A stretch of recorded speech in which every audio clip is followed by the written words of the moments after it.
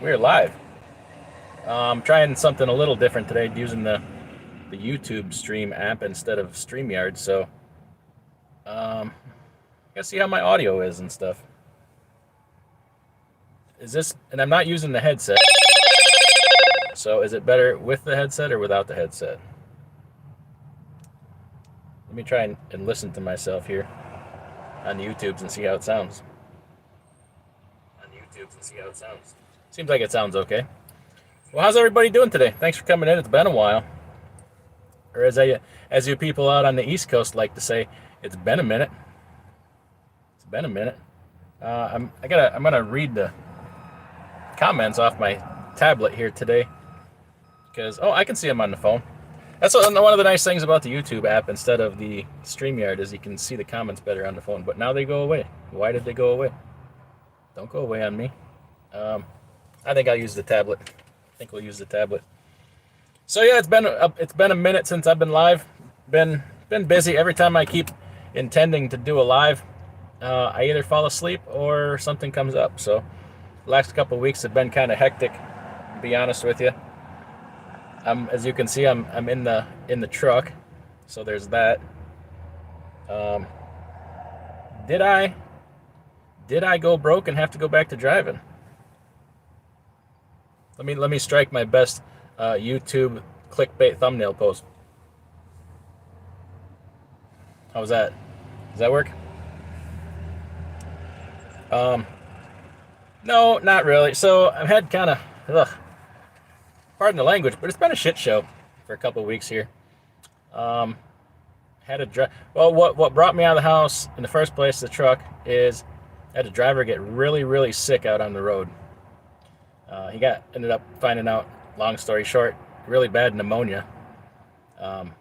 So he went out on a Sunday from Wisconsin and just had to go to Columbus, Ohio, for a Monday evening delivery. And I looked Monday morning, and he's still in Indiana. I'm like, that don't look good. I'm like, it's got 6 or so hours of travel. We'll see. Not moving. All of a sudden, he texts me. He's like, man, I ain't gonna make this appointment. I can't even get out of bed. So we rescheduled that one for the next day at the same time in the evening, 8 p.m. Next day rolls around. Like I still can't get out of bed. I can't hold nothing down. If I sit up, I get dizzy. I'm like, well, you obviously can't drive. So we missed the first 2 appointments, and I'm like, well, we can't miss a third appointment. Just not something you can do right about now. So I was kind of not prepared to go out. I traded in the gray Mac, as you probably know, from a couple months ago. So that was meant I had to go back in the orange Freightliner here, which I'm happy to do, but it was not ready. It sat for the winter, and I had just got new batteries put in it, and I didn't know it, but the mice had gotten in it. So at noon on, Tuesday, I pull around to the house and get the shop vac out. Just pretty much threw away everything in the truck. Everything. All my paperwork, all the clothes that were in it, my bedding, everything. And then just steamed it out and bleached it all and sanitized it. And it was ready to go then. And I tell you what, she still runs like a champ. It's reliable as all hell. Needs a couple things, but took her all the way out to the East Coast and back. So I'm in the middle of I'm at the end of an 8-stop load right now. I got my last one tonight at 10:30 here in Wisconsin, and then I will be bouncing home to mountain of paperwork, I guess. Everything that piled up while I was gone. But it was kind of nice. I got some windshield time this week. So I had that driver get sick, and then another one got picked for jury duty for a couple weeks. There ain't no way around that. So now I'm down 2 drivers and got customer freight to move. So I went out to the East Coast and got one. I might have to go out again next week, depending on how the jury duty thing goes. And then I got another driver that wants the week off. And then I might have to actually go the following week too. So I suspect it's going to be me with a lot of on-the-road time this summer, because people got things to do, and I understand that. And it ain't a time where I'm going to be freaking letting that customer give those loads to somebody else over my freaking dead body. Uh, I don't care. I'll be honest with you. I bobtailed all the way from Wisconsin to the East Coast this week because we had a trailer sitting out there that needed to be picked up. So I bobtailed like 1,100 miles just so somebody else couldn't get their foot in that freaking door. So, but I'm happy to do it because it's, can't be letting that stuff, can't be letting that stuff slide right about now. Too many people willing to step into your place, right? And who knows what happens after that. So that's what I did this week. Is I don't know. It was, things kind of pile up while I'm gone in the office. I tell you what, it sure is nice to get away for a while. And I really enjoyed my trip out there to the East Coast. It was very relaxing.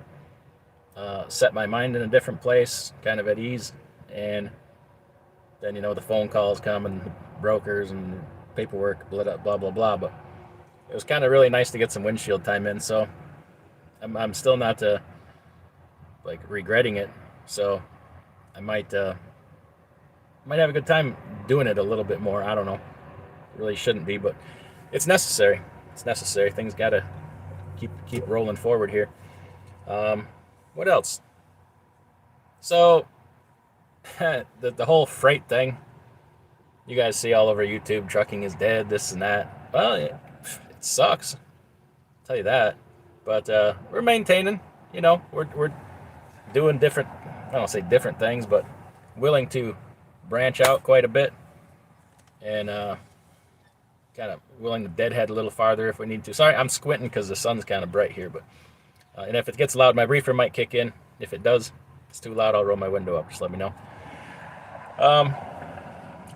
There's a place I've been working with freight out of my area, another trucking company, and we've been working really, really well together. So I'm kind of doing that, but they're encountering, it's bid season, right? It's bid season just about everywhere. And remind me to come back to that in a little bit about bid season. The customer they've been in for 20 years wants the rates cut by $1 a mile, and they didn't raise their rates during the gold rush. They stayed steady and level, and now the customer's like, hey, $1 a mile, Jack, and that knocks her down pretty low. So I don't know what's going to happen there. I don't know if they're going to be able to work that out.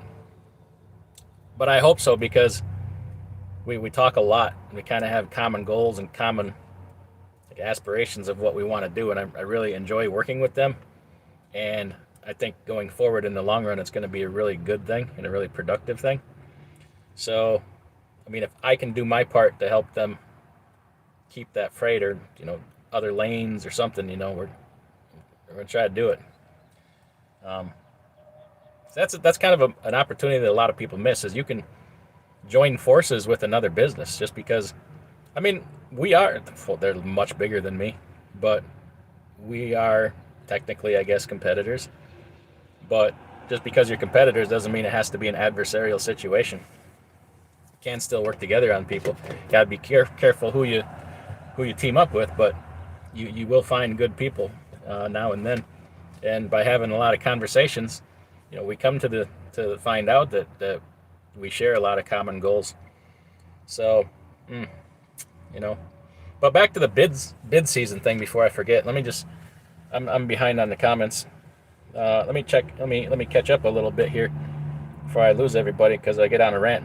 And it's been a while, so I got a lot. It's been a minute, so I got a lot to say. Hakeem Muhammad in the house. Jerome Jones, Freight Truck, and when am I getting paid?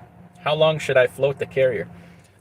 You should float your carrier about as long as he's willing to float a truck note, and license plates and all that kind of stuff. So, we'll see. We'll see. Gary Bates in the house. It says DIY done went and floundered like a fish and gave up. No, I will say I'm dog ass tired right now. Been doing a lot of nighttime work here, but thanks to my friends at A-Shock Energy, today's show literally brought to you by A-Shock Energy. Otherwise, my ass would be in bed sleeping. This is a new one. I never saw it. It's a swirl pop, and then they have an orange creamsicle or something. I tried the orange one. That was pretty damn good, but no sugar. Yes, you shouldn't be. I shouldn't be drinking these things, but whatever. I do what I want. Grade 8 transportation in the house. Fate, independently wealthy owner-operator will always need to float their carrier a month or two. Yeah. Hey, if it gets bad enough, I can just borrow money from my drivers. They got a crap ton of money. Skinny Peter's in the house. You could jiggle for money. Only if I can charge by the pound. Come on. With both feet in the house. Hey, everybody. Hope you are swell. Channel member, by the way. Thank you. This truck in life. Oliver 880. It is rough right now. Yeah, and that's coming from somebody working at a mega carrier. Wheel burner in the house says, yes, the struggle is very real. It is, but I'm not ready. I'm not ready throwing the towel yet. We'll fight it out, and it's gonna make everybody stronger. You know, my guys. Hey, they're all learning so much and wiser for all this, and it hurts, you know, the when we got to fill in the gaps with loads. That's what she said. It's those loads really suck. Jersey Trucker in the house. Thanks for coming in. Nick Earl 83. Grafton in the house. Stuart the hobby trucker. How's it going? Hey Stuart, give me a call. I'd like to know exactly how that situation played out for you the other day. Maybe you want to do a live stream about it. Maybe it's a teachable moment. Be happy to do that, and if you want, we'll do it on my channel. Get you plug your channel, promote it. Bamenda Boy, thanks for coming in. Oliver 880, looks like you're still driving the Pumpkin Mobile. I am, and let me tell you this. So this is a 2012 with over 1 million miles on it, and the Mac was a 2016 with when I traded it in, I guess 520-ish thousand miles on it. I can't remember, but still like a brand new truck. I'll still take this damn Freightliner Columbia ex Schneider truck. My $700 mattress in here makes all the difference. I had put in a couple years ago a new, what is it, a Legacy Silver HD seat. Oh, did I miss this seat? And just the space, like I can do things. I can stand up, I can put my stuff out and still have room, space in the cupboards. Just, I'll take this truck every day of the week. I missed it, to be honest with you. I don't see myself giving this truck up.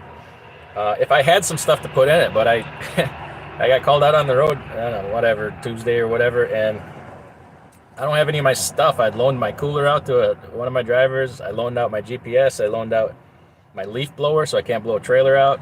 So I'm kind of flying by the seat of my pants here, but it's all right. Fate Trucking, can I get paid, please? We're gonna have to talk about that. So I now charge for payroll. I don't know how much, but you know, super chat or two might help. You know, just saying. Trucking with MC in the house. Thanks for coming in. All right, guys, chatting with each other. Are you on vacation? I see you in the truck. LOL. I don't think you went broke. No, I didn't go broke, but you know, broke is as broke does. I got like $100 in my pocket. I didn't get robbed this time out, so that's great. No, everything's good.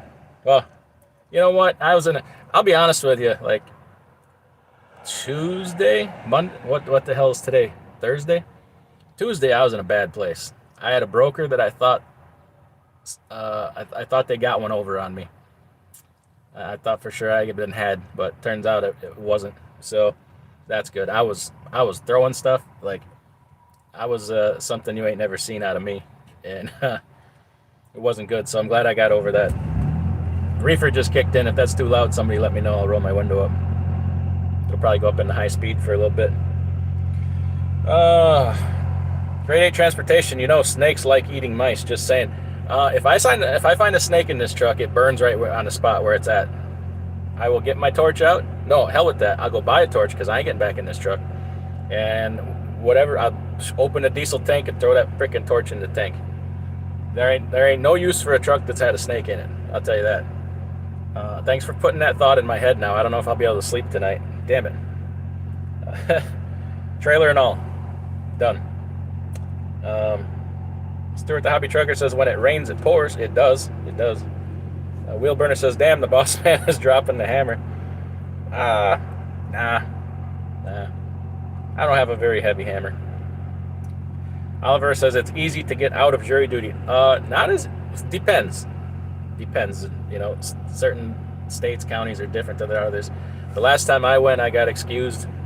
But when I was there, people were trying all kinds of shit to get out of it. And the judge is like, you know, to try to say things to intentionally get out of jury duty is a crime and punishable by blah, blah, blah, blah, blah.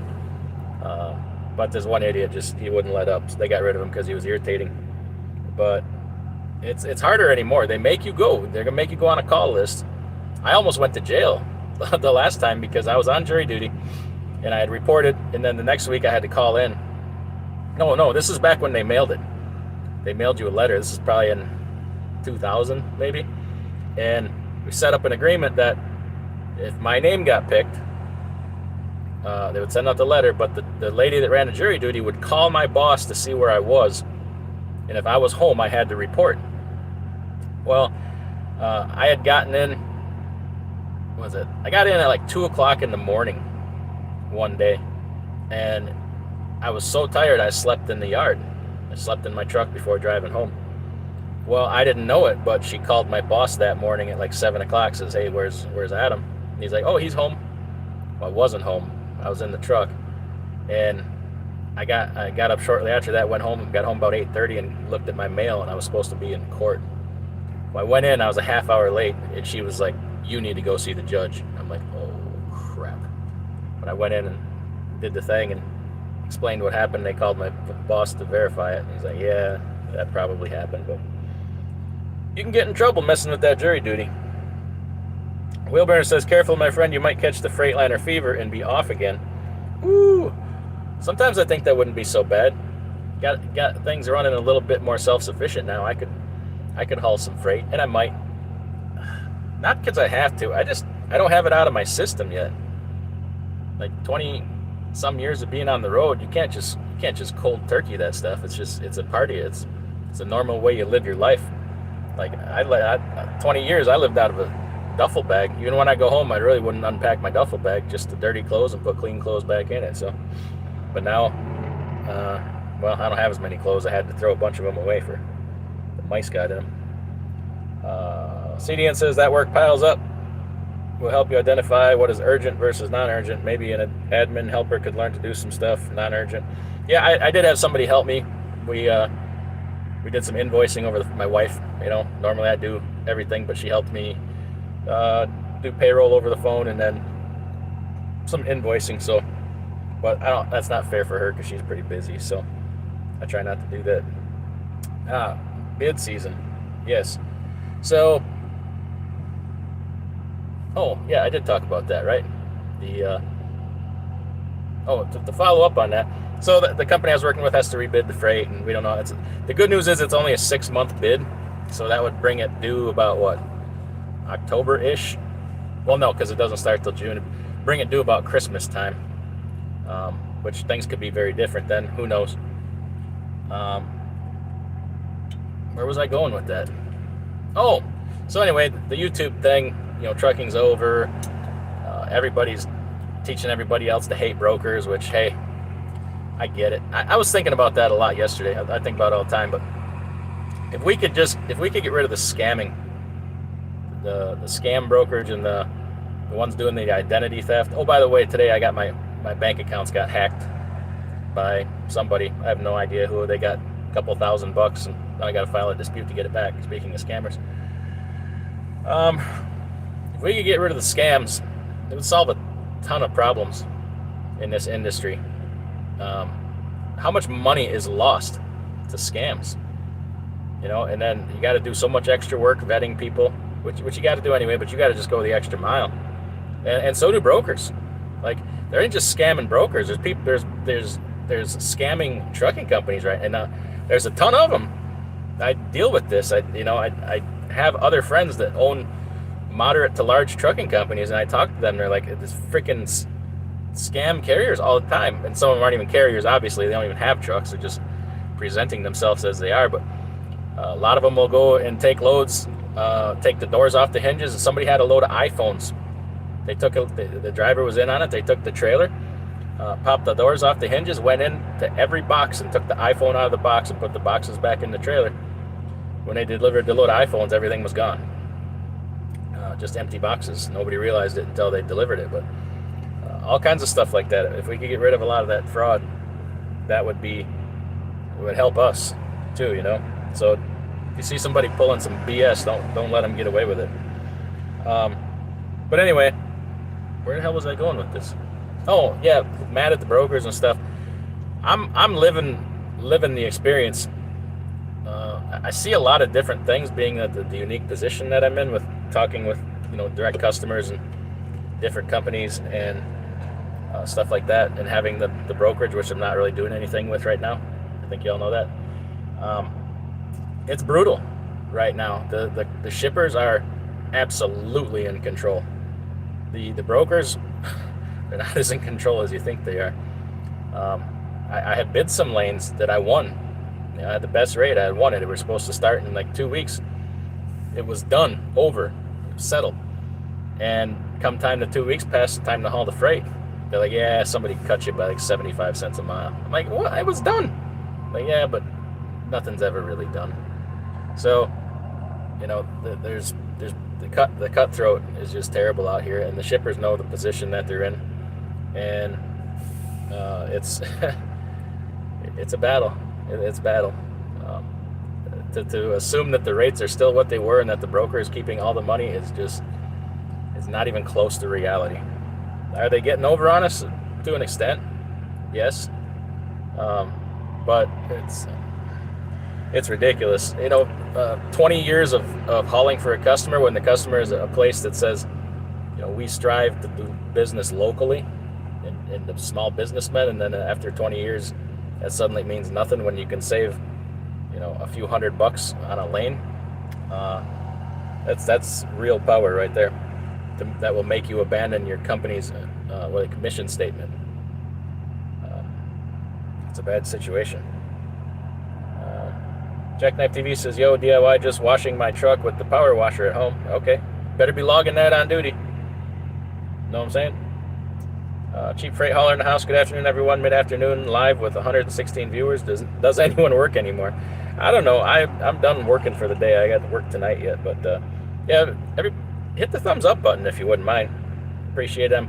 I'm very much out of the algorithms, and just need to put some content out, try to get back in. Speaking of content, so from Matt's, right, Mid-American Truck Show, went to the Asian Mai seminar about the power of social media in trucking, and you know, I talked about this a little bit. 4 different people up on stage to give their testimonial on how they applied social media to their trucking business and what it did. And I'm not talking about like being a YouTube trucker. I'm talking about what I can do for my business using social media, as far as drivers, even customers. Now this is a big task. I'm working on it. It's going to take a while. I finally got a couple people to help me. My daughter's going to help, and my wife's going to help a little bit when she can. So now I have a TikTok. I'm on the TikToks, DIY_semi. Check that out. And then today I went and tried to change something, and I think we changed it to DIY's semi, DIYS semi. And I can't change it back again for 30 days. So I don't know. Check them both out. I just posted a couple things. I'm trying to. TikTok sucks, man. The app is not intuitive like YouTube is. So I gotta have, you know, oh crap. I gotta hire a 6-year-old to help me out. I just spilled something.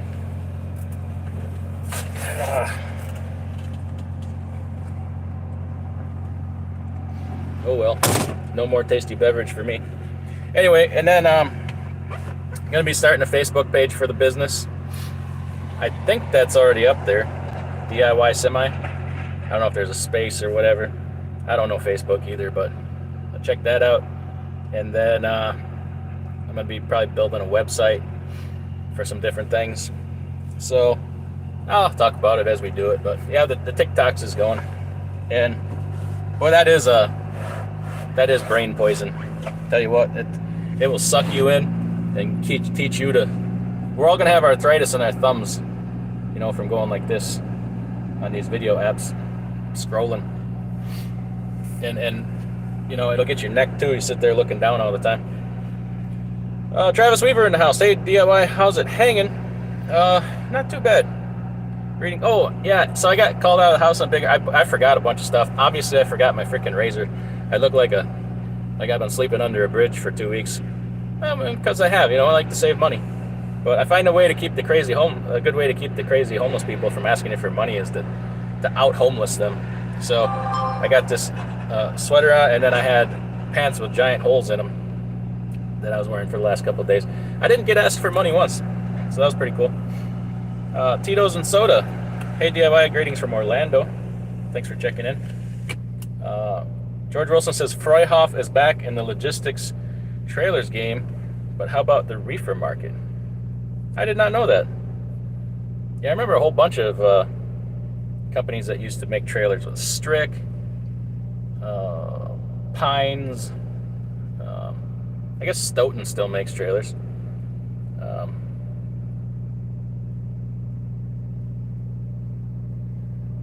Yeah. Fate Truckin', LOL.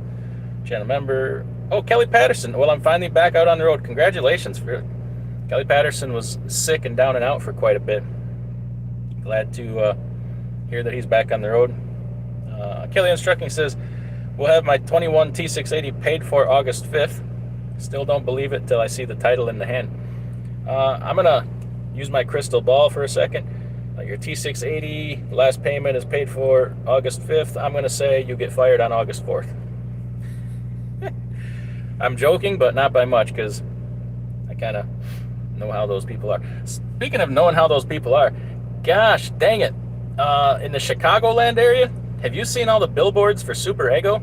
And we're not just talking about the, small market off, out of the way billboards.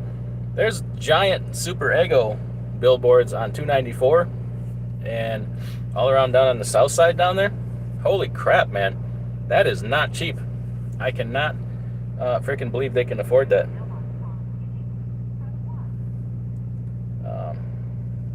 Where'd I leave off? Liquid Hauler, where is the cash man? He's been MIA. He is at home taking some well-deserved time off, and just gonna be out here trying to steal his freight while he's off. That's how we roll. I'm just kidding. Glad to hear you're back, Kelly Patterson. Ooh, Adam Bennett in the house. Adam Bennett's not a moderator. What am I doing with my life? There we go. Now he's a moderator. What's up from the Tiger truck stop somewhere on I-10 in Louisiana? Okay. Cash overdosed on caffeine or heroin. Well, he doesn't do heroin, but caffeine gave him strong, I'll tell you that. His heart's been put to the test. It ain't never gonna crack under caffeine. I'll tell you that. Where did I leave off? Just do your jury duty when called. They put you on for like 2-3 weeks anymore, and you're supposed to be available for that whole time. At least that's how it went for this driver. I don't know. Maybe in different states can be different. Hey, greetings from Iowa. Let's keep running this $1.50 a mile loads. All right. Saw cash up on I-80 in Pennsylvania in a long nose. Amorius says, I have more backing miles than DIY doing clickbait. There you go. Yeah, my clickbait game is weak. I'll tell you that. I can't deny that. My thumbnail game in particular is weak. Paul Harris in the house. Thanks for coming in. Bull of the Woods. Think that sucks. Paul Harris, I hate drivers. LOL. No, you can't hate drivers. It's against the rules.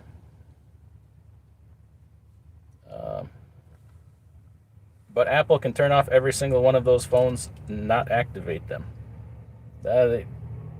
Yeah, I guess they could have been unlocked. I don't know. I don't know how technologies works, but they're still out that money. A lot of Chinese slaves worked a lot of hours to build those phones. Just saying. David Edwards, hey bub, hope you're well. We're well. We're well. What's going on here? How much experience after truck school to become an owner operator?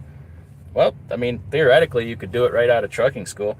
I don't really recommend that. I always say make your mistakes on somebody else's dime because they cost money, and hey, if somebody else can pay for it, get that learning curve down. You got a lot to learn right out of school. Driving a truck ain't driving a car. You got to get out of that car mentality. Plus, buy a truck right out of driving school. What if you don't like it? You're gonna, and if it's a limp away lease purchase, you could do that, but you might find that you absolutely hate it. So give it a little time. Give it a good 6 months. Is a good test to see if you like it. You might love it. You might love it. Oh crap. Who the hell's this? Spam. Let's talk to a spammer. Hello, this is Adam. Yeah, what's up?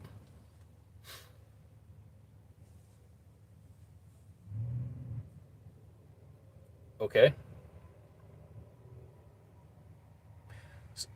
So, here's the thing. I can barely understand you. What the hell makes you think I would hire you to represent my company? Does anybody fall for this? I don't know. I guess we'll never know. They hung up. Dispatch company. Get about 20 of those a day. Oh, YouTube gold right there. I always have a little fun with it now because I don't really care anymore. I can't understand what they're saying. Why the hell do they think that if I can't understand them, there's a snowball's chance in hell I'm going to hire them to dispatch my trucks and represent my company? Like this, who does that? Who hires them people? Like they should. You would think nobody hires them, they would go away, but gosh dang, they're like freaking cockroaches. Where did I leave off? Rockin' Robin Trucking. I got rid of DAT load board 2 months ago. Haven't missed it a bit. Using 123 and broker apps for my backhauls, avoiding scams like the plague. Yeah, try to do most of that. So I try to stay off the load boards as much as possible. I love the booking loads, through the emails that I get, the contacts that I have. 123 is a good load board. If you don't have it, use that Snorlord's promo code so the man can finally starting getting paid for his efforts. Cents per mile, zero loyalty. Okay. Oops.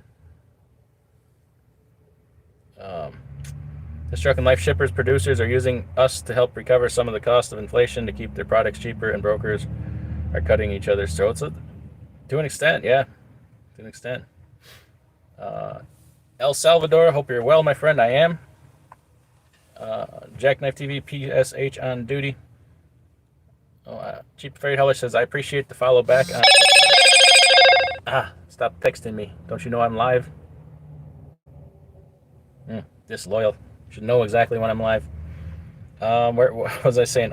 Yeah, about the TikTok.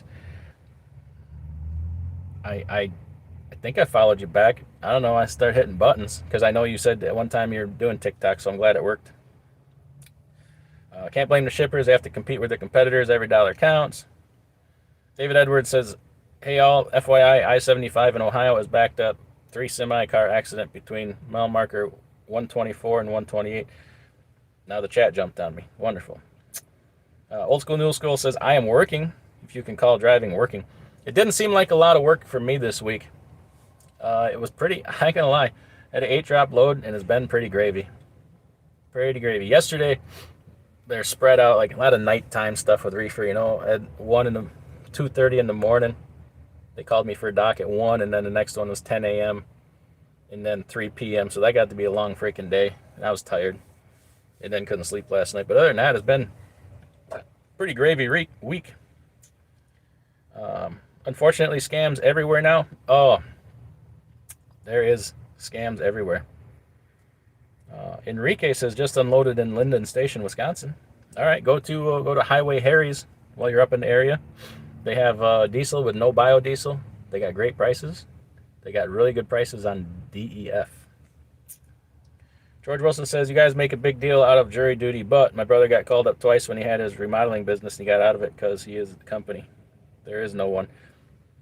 Same thing my driver did. Says, I have a company, I have a truck right now, I can't afford it. I'm the sole earner for my family. They didn't care. Some places are hard asses about it, man. They take it simple. Or they take it seriously, I should say. Greetings from Arizona. Ooh, sounds like it's warm there. Andrew McGlynn says, DIY in the house, just joined the 12-7 gang. 01 Century can't wait to get... Hello, Moto. Now they're calling this phone. I'm trying to stream on YouTube from this phone. Call me on the other phone, Mr. Whatever your name is. The scammers should know I'm live right now. They ought to be watching. My damn bank account. They got to know when I'm live. Actually, what the lady at the bank told me, it was 2 debit cards for 2 different businesses. I've never used those debit cards. I've never even taken them out of my wallet. I'm like, how do they get those numbers? The lady at the bank told me they just got a random number generator. They run them, and when numbers pop, they ding them. Each transaction was $357.78. And there was multiple transactions before they caught it. So I'll get the money back. It's just pain in the ass. Pain in the ass. Can't wait to get it on the road. Might wait for market conditions to pick up. Get her on the road. Get the bugs worked out while it's slow. That way, when things change, you hit the ground running. Big Mike's in the house. What's up, brother? I haven't talked to you in a while. I need to give you a call. You can hate drivers when you work for one of the biggest booger eater companies. Hey, that's all right. They're paying you well, I think. Aren't they? Cents per mile, attaboy. This trucking life, I still get those calls. I get those all the time. Yeah, I mean, how many is there? And really, who's hiring these people? Who's hiring these people? Cents per mile, got one over on the broker today. He's paying for an oversized load based off his info. Turns out it's all legal, $4 a mile. Well done. Well, I had a load like that once. It was a military vehicle, and it weighed 50,000 pounds. Well, I had a Columbia with a C-15 Cat, and then a 48-foot step deck, and I could scale like 49 and change. But they said 50,000. It's got to have permit. That was 49 if I was, low on fuel, everything. And I loaded that sucker up and scaled her out. It was like 79, 8 something. So I just kept that extra money. Ain't gonna rat myself out. George Wilson says, my brother is a trucker now, but he is the company. There's no one else. He is the company. Yeah. I really don't get the whole jury duty thing. I'm 58 now and have been throwing them jury notices in the trash for close to 40 years. I've never heard anything back from them. Not a bad deal. Not a bad deal. I don't I'm gonna sit here and tell you to do that. I don't give legal advice. Trucking with MC, what's up? How you doing? Wheel Burner says, I almost hate to admit it, but our channel does TikTok. Okay. I got a lot to learn there. Fate Trucking, are you parked in the hidden gem spot next to a customer? I'm at a truck stop, a small one. They rebuilt the Petro parking lot just across the way here a couple years ago, and it's a paid parking lot now. So it's $15 to park, and then if you want a reserve spot, it's another $15. So I'm like, plenty of other places to park around here. That's really hurt them too, because that place doesn't fill up at night like it used to. That place used to pack like sardines in there, and now you go past it 1 in the morning and there's open spots all over the damn place. You would think that would be hurting their pocketbook, but I don't know. M6 V10 still surviving with those $4 a mile local loads in Cali. Fuel is high, but mud flap is a big saver. And with my automatic lift axle, there you go. That's pretty good money for out in Cali. Josh says, for the MCS 150 report for the mileage, is it in accumulated miles or just say for the time since the last report? It'd be for the time, the defined time period. So you say you're reporting, you say you did it this year in January 2023, it asks you the miles for the previous 12 months. So it would be what calendar year of 2022. So just, put your miles for calendar year 2022. I think they say to the nearest 10,000 is what they say. So you don't have to be exact. Just run a report off your ELD or off your IFTA reports or whatever. But it's for every vehicle in the fleet as a whole. It's not each individual vehicle. You just say you got 5 trucks, total them up. You ran 700,000 miles for the year. You put 700,000 on there, and you're good to go. So it's not as important as you be spot on. It's more important that you fill out the form and file it. There's something fishy with that, because somebody that I dispatch, he filed his MCS 150 in 2022 in March, and we just got a notice that, hey, your DOT number is suspended because you didn't file an updated MCS 150.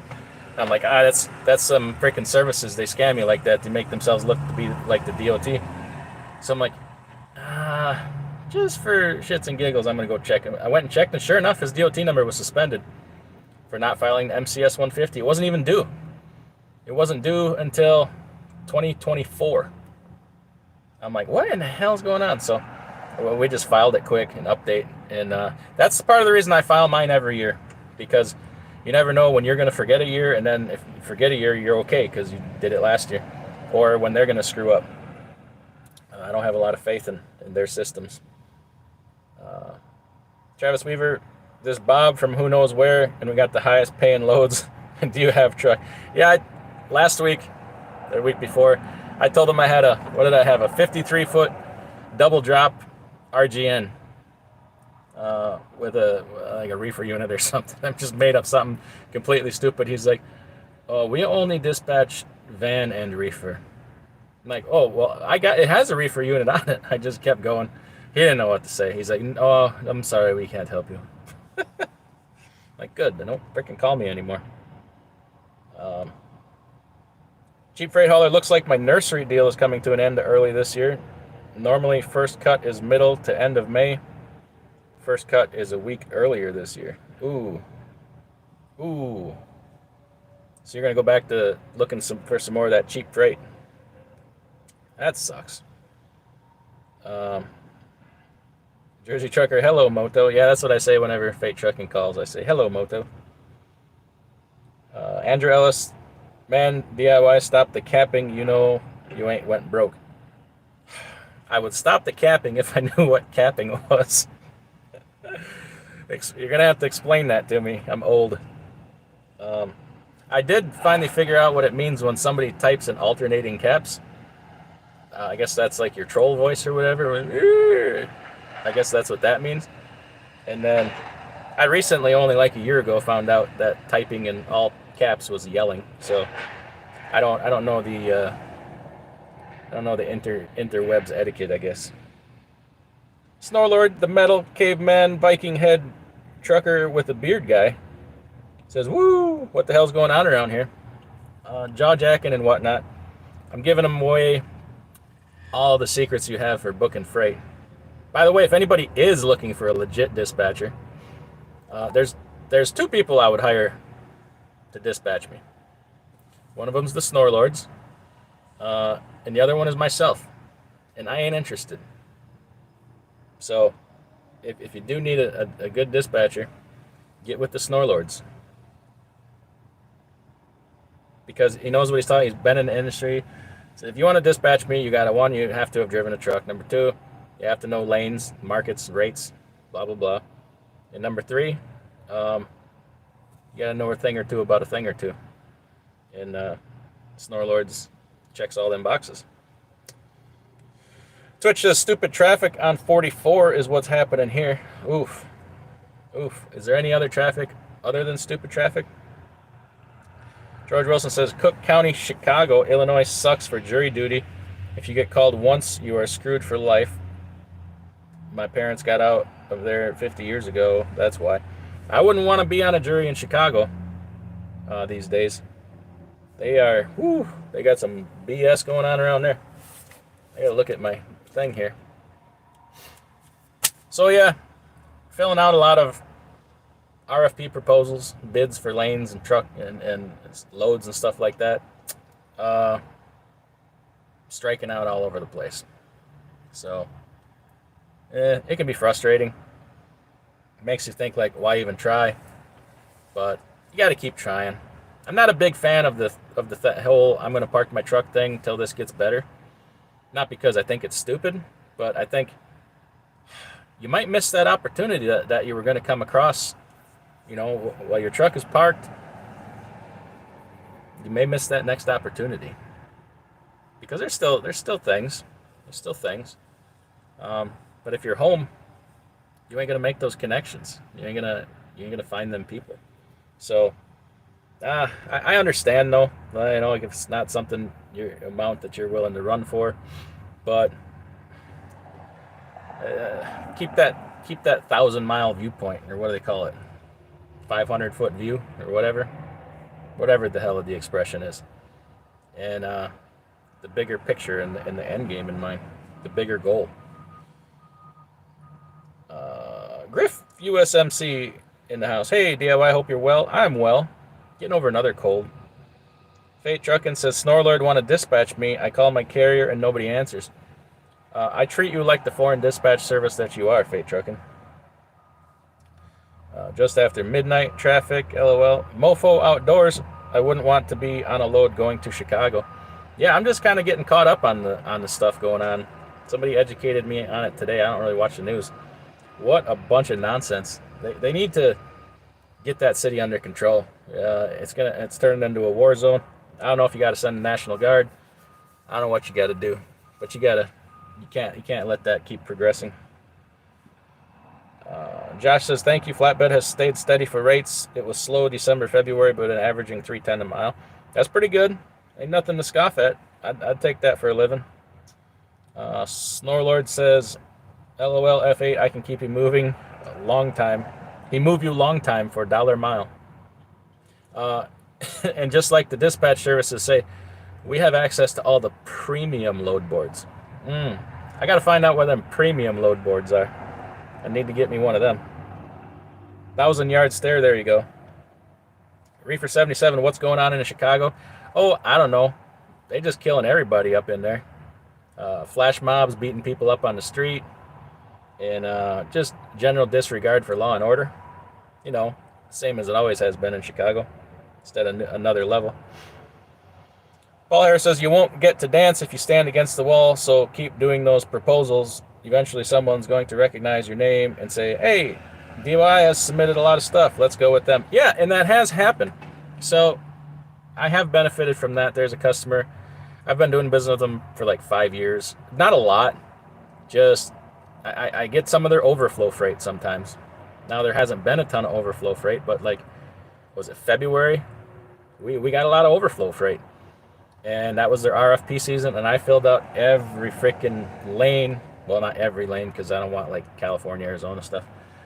I filled out most every RFP, and then they would call me, hey, you want to bid on this? Or, hey, I got a guy looking for this. It's kind of a one-off. I'm like, yeah.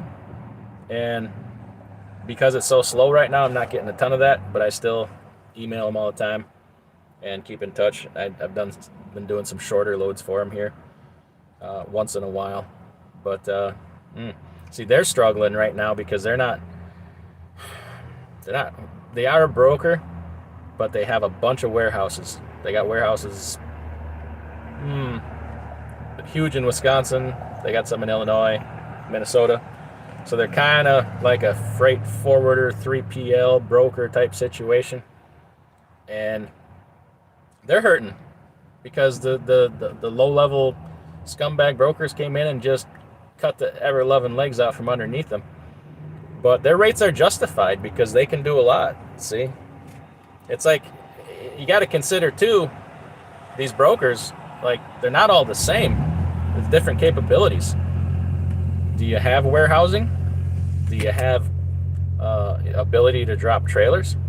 Could you go into a place and handle their total logistics from, minute it comes off the assembly line, goes to a cold storage warehouse, take it to a cold storage warehouse somewhere else, arrange for the trucking, arrange for somebody to load and unload the trucks. They provide a service like that, so they deserve that premium rate, and they're unable to get it right now because customer don't care. They want it done for nothing, and they'll wait. That's the thing too, is inventory levels are so high right now. They'll just wait you out. They don't, no big hurry to move stuff. Still, find the hell out of you when you're late, though. Just saying. Let's see. Cheap Freight Hauler says, quick question, DIY. If you completed an RFP for a shipper and want rewarded to... Oh. Okay, let me try your other one here. If you completed an RFP for a shipper, but it was awarded to a broker, would you haul that lane for the broker? Maybe. Well, I can't say. Yes, I have sometimes. But I also told a couple other ones to go piss up a rope. There was this one particular lane from northern Illinois up to central Wisconsin, and I was doing for like $900. And a broker came in, and suddenly I'm getting emails on it. Hey, would you be interested in this lane? I already knew that we had lost it. And I'm like, let's see what's up here. I said, yeah, for $900. He's like, we've been moving these all day long for $500. And we really can't come off that. I says, number one, you have not been moving them for $500 because I was hauling them. You were not hauling them. You just got the business. And number two, good luck with your $500. Like, take it and cram it sideways because I ain't hauling it, and I know a lot of the other people in the area, they're not hauling it either. So go find whoever you got to find to haul it. I never saw it again, so I don't know what happened, but they'll give it to these cut rate brokers until they realize that it's not worth the hassle when they actually need the freight there, or when they need communication, or when they need some of these extra services. They'll pull it and give it back to the other people, but it doesn't need to be that way.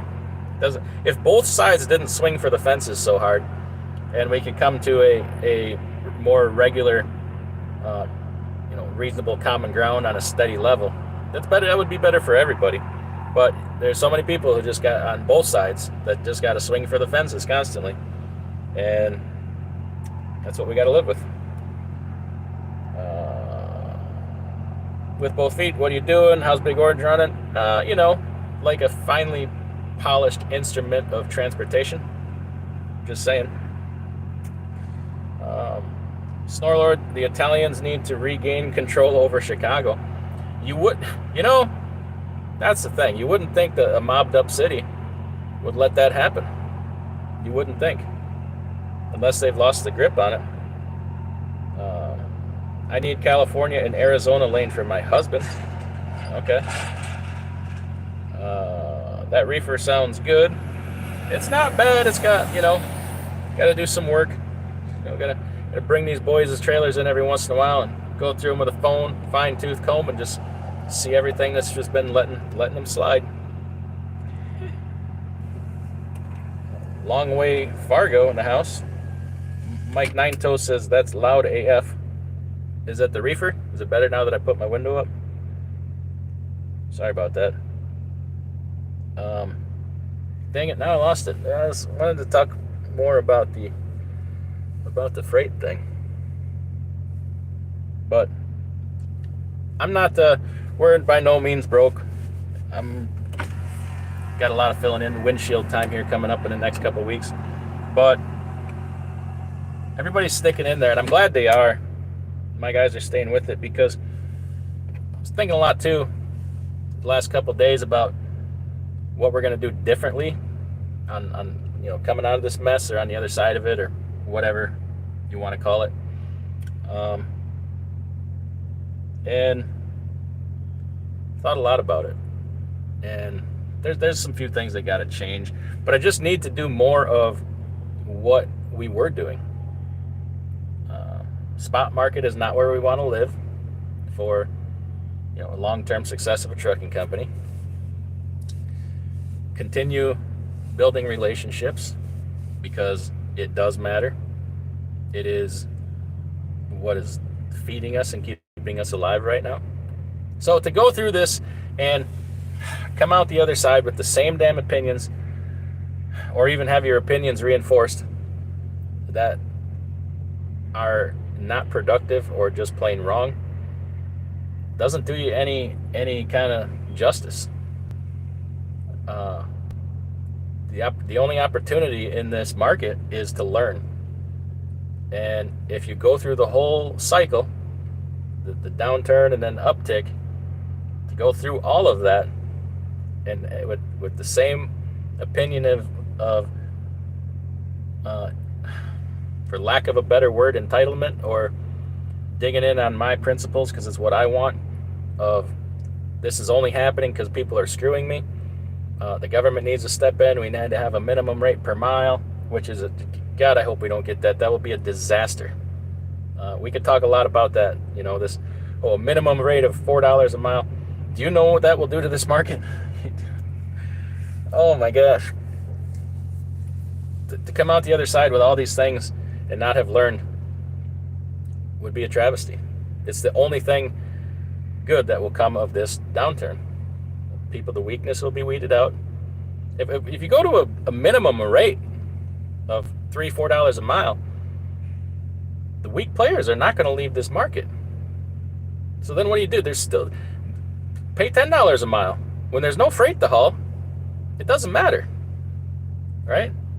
If you still got 7 trucks fighting over every load, doesn't matter if you pay $10 or $12 a mile. There's still no freight to haul. We need some capacity to go away, and this is a market cycle. It just happens to be a nasty one. And it'll probably be a little prolonged, but that's what it is. So all the things to learn coming out of it, like efficiency, with all the innovation in this industry, the future in this industry is going to be so remarkably different in the rate of change. Sure, it could take 20 years for autonomy. It could take, electric trucks are coming into the market. Like, you have to get efficient or you can't compete. So, to come out of it and rates get better, now I can just go back to, and I don't have the hood truck argument. If you can get a 379 Pete and get 7.5 miles a gallon, more power, hell, that's efficient, right? But you got to learn to be efficient to compete, because the future's got a lot of stuff for us to compete with, and that ain't no joke. You're going to have to be sharp as a thumbtack to compete against these new emerging technologies. And at Matt's, half the vendors there were some kind of technology or computer software or what have you, and I happen to think most of them are pretty much garbage, because of these people that invent them just know nothing about trucking. They don't barely know what a truck looks like, but you still got to compete against all this stuff.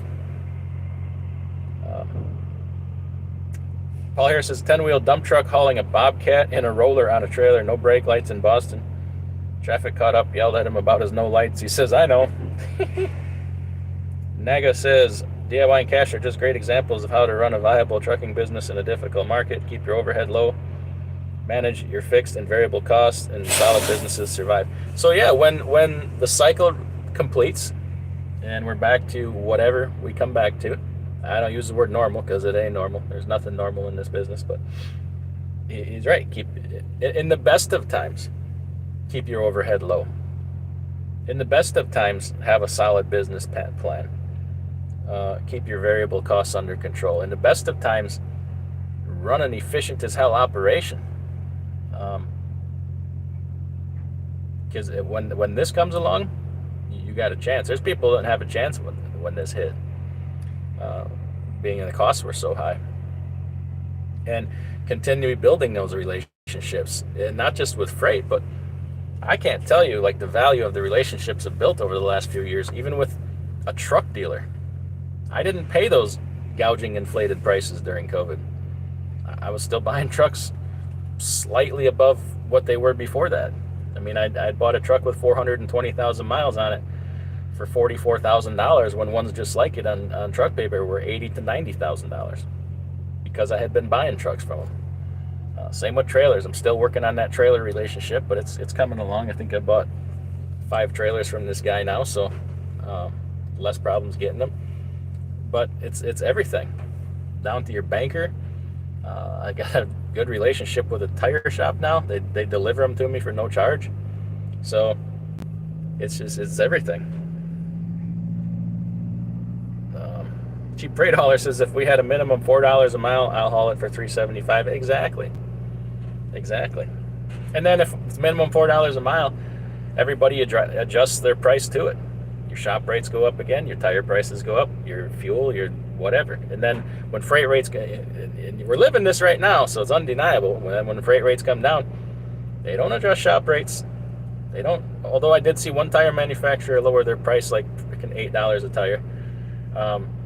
Other things don't adjust downwards to meet the new freight prices. So it's freight is a very dynamic situation. Big Mike says if you can weather this type of market, you should be able to make it in any market. Easier said than done. It is easier said than done. Yes, you're exactly right. And I don't think I've ever said that it's going to be easy. It's, in fact, I'm probably one of them telling you how much work it's going to be. It's a ton of work because it never stops. It honestly doesn't. It continues after business hours and on the weekends, and it's hard sometimes to keep your thoughts and emotions in check, but yet you still have to deal with people on a professional level, and that can be hard sometimes. Skinny Peter says I'll run it for $2 a mile. Why you want to double your freight rate, Skinny Peters? You're already hauling for $1 a mile. They call you buck a mile skinny down at the gym. Paul Harris, have you heard anything about Amazon? In the last year and a half, they built a local distribution for the van delivery services. Of the past month, it's been abandoned. I saw they canceled a bunch of building plans last fall that they were going to build for DCs. They canceled. So I don't know. I know their load volumes are way down. Big Mike, if you're watching the world economics, a huge part of what's going on is the American money policies is killing world markets because other countries to pull out of the U.S. dollar. You're exactly right, and we've talked a good deal about it. I've talked a good bit about that in my Friday videos about the value of the dollar being the world reserve currency. It's a huge part of what gives the dollar its value. And if you don't understand or believe that, go back to just after World War II when they dropped the British pound sterling as the world reserve currency. It was like 20% inflation overnight. They did that in the Bretton Woods Agreement. It's a very big part of our economy having our dollar be the reserve currency. Say Jack, that's a new name. Doing gas, hot shot, low overhead, no DOT numbers, direct customers, 100-gallon tank, making it. Bootlegging. Be careful with that, man. They like to pick on hot shotters. If you don't have a CDL, especially. DOT loves them non-CDL hot shots. They like to pinch you. So just fly under the radar or get her straight. Shannon Thomas in the house, good afternoon. Shannon Thomas is close to 1,000 subscribers, so everybody go check out Shannon Thomas's channel. Shannon put a link in the chat there, and then everybody go over there and subscribe. Robert B, gas hotshot. I believe there's probably some gas hotshotters out there. Oh, a Hemi, yep, there you go. Looks crazy, but making profit under the table. Okay. Oh, don't incriminate yourself. I report directly to the Internal Revenue Service. That's you might see their sticker on the wall behind me. That's who I work for. Cab and chassis with 6.4 liter and something trans. Okay. Cash is King Trucking. Hey now, channel member. About time he shows his face in here. When he's on vacation, Cash doesn't like to roll out of bed before the crack of 3 p.m. So it's 3:19. I imagine he's just getting his a handful of caffeine pills and a bottle of Jack Daniels. About time for him to make his appearance. Sajax says 2,500, zero attention from troopers. Okay. Cash says, wait, you're still doing Friday videos? I have not. I don't know if I'll restart. I think if I restart that, I might take it to another channel. I hate that I'm not doing it because that's one of my passions. But you can only do so much. Fridays, it's just every Friday turns into a shit show because loads the here and there and canceling this and that. And you got to get everything squared away for the weekend. But I do miss doing that. I just at this point, there's so many new people. I don't know if anybody would get it if I went back to doing it. Be like, what the hell? What the hell's this? Um, George Wilson says the Chicago outfit, aka Mafia, are still there, but they have been knocked down a couple of notches. But they are retooling. Okay. Speaking of Mafia, I dropped a Godfather reference on Fate Trucking this morning. And he actually got it. He he called me and I don't know. I was telling him I was going to fix something on his trailer or something, and he's like, "Well, what do you want for that?" I said, "Don't worry about it. There may come a time when I will call upon you for a favor." And he's like, "Oh, Godfather." I'm like, "You get that, but you don't get the things in the chat. I don't understand. I don't understand." Off Kilter Concepts. That's a new name. Welcome. We have a retail economy with no manufacturing and no investment in infrastructure. This crushes trucking. You damn right it does. Service economy. What's going to be left of service when there's no more manufacturing? Think about it. Oh, Maxwell says, met you at Fleet Pride a few weeks back. Been watching your videos for a long time. It was nice to meet you. Well, nice to meet you. Yeah, I met Max at the Fleet Pride picking up some parts. I'm in there. I'm on the phone talking to one of my drivers, and he's standing at the counter with the parts lady, and they kept looking at me and laughing. And I'm like, "No, he was here first. Go ahead and help him." I finish up my phone. They just kind of kept looking at me and smiling. I'm like, "What the hell's going on here?" So I get off the phone. He's like, "Are you on YouTube?" I'm like, "Well, it depends. You got a 45 in your pocket? Like, do you like it?" He's like, "Oh, I know. I saw this video on something about a fan clutch or something." I'm like, "Okay. I never know. It makes me uneasy when somebody recognizes me. If did they like it, or are they gonna shoot me in the foot with a 45? So yeah, nice. It was nice to meet you too. Shannon Thomas says, "Thanks DIY. My channel is at Shannon Thomas Trucking." Everybody, give Shannon a subscription. Go over into one of her videos, leave a unicorn emoji, and then a tan thumbs up. Not the yellow one, not the black one. Pick the one right in the middle. Give her a tan thumbs up and a unicorn emoji, so she knows you came over there from here. With Both Feet says, minimum rate per mile good. I will go buy some box trucks. What are you doing? Putting them to work at Amazon?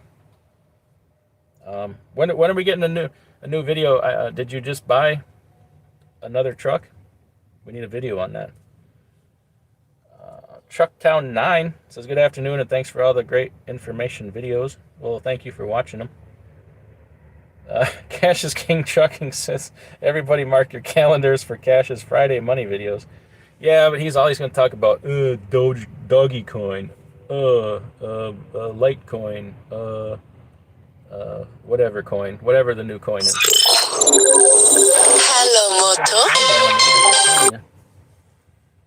Hello, Moto. Pigtail in the house saying yo. I almost got to meet Pigtail at the truck show, but we missed each other a little bit. No, you got to leave the unicorn emoji in Shannon's channel. You got to leave it in a comment for one of her videos. That was one of my drivers, and I just blew off his call. That was pretty stupid. Wonder if he needs something. Let's see if he's got no fault codes. He's good. He must be alive. He just parked. So what am I doing? I need this for the comments. There we go. GH Doctor, CVSA road piracy coming May 16th through the 18th. Yeah, I recommend everybody stay home for that, and then I'm going to go down the road and make a bunch of money. You know what's pretty bad? Look back to Easter, holiday week. Rates didn't budge a bit, barely. You know there's a lot of trucks on the road when a lot of extra trucks on the road when the rates don't budge for a holiday. That ringtone is annoying. Come on now. Please tell me that's not a flip phone. It is not a flip phone. However, it is a Motorola. It is not a Samsung. I used to have a Samsung. I miss it, but I'm not about to spend $1,400 on the phone. I buy my phones off of Motorola.com. You can get about their fanciest phone for $399, and they're unlocked. You can put them to work anywhere. There is some issues, but what the hell are these people? I don't know. I'll have to wait. I'm on my break. I can answer emails later. Six Semper Tyrannis says, "Hello, Moto. SST's not a moderator. You are now. Giving out wrenches today. If anybody needs a wrench, you got to have been around for a while though. Pigtail needs a wrench. There you go. There you go. I'm bad about that. I'm bad that way. Come on, wait. Hey, there he is, Mr. Beasley. Wonder if he brought his wallet today. How's Big Orange? I love that truck. You don't love it as much as me. I miss this truck. One thing is my hood is fading. I got a new hood a few years ago because I smacked a couple deer real bad. Ended up getting a new hood out of the deal. And it looked great when they painted it, but the sheen has worn off and it's now a different color than the rest of the truck. I think it needs a clear coat. I don't, it's very slight. If you didn't know, you probably wouldn't notice much, but I noticed that, and it needs some work. APU's not working. Got a bunch of work to do to the APU.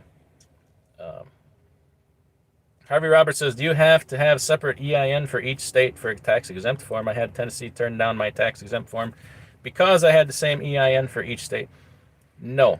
EIN is a federal thing from the IRS, and sales tax exempt forms are state-specific. Not every state has sales tax exemption for trucking. And then some have sales tax exemption for different things. Like Wisconsin, parts, labor, anything that gets attached to the truck, the purchase of the truck, the purchase of a trailer is all sales tax exempt. Now you go to Minnesota, not so much. You can get it prorated. They'll need a copy of your IRP. And then some states are not tax exempt at all. So you have to check with each state. So just because of the fact they shot you down, they may not have an exemption for those particular things. And then if you buy the truck in one state, but you're from another state, it should default to your home state. So if I bought a truck in where like Idaho, right? I think Idaho, this truck itself is taxable, if I'm not mistaken. Like that's where I bought that Classic. I didn't have to pay the tax. I brought it back to Wisconsin. I titled it there, so then it's sales tax exempt. So each state will have its own sales tax exempt form for sales tax. It's not a federal thing. And then, like I said, different items. So you got to check. Some states parts are tax exempt, but the truck is not.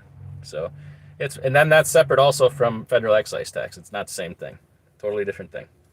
So where did I leave off?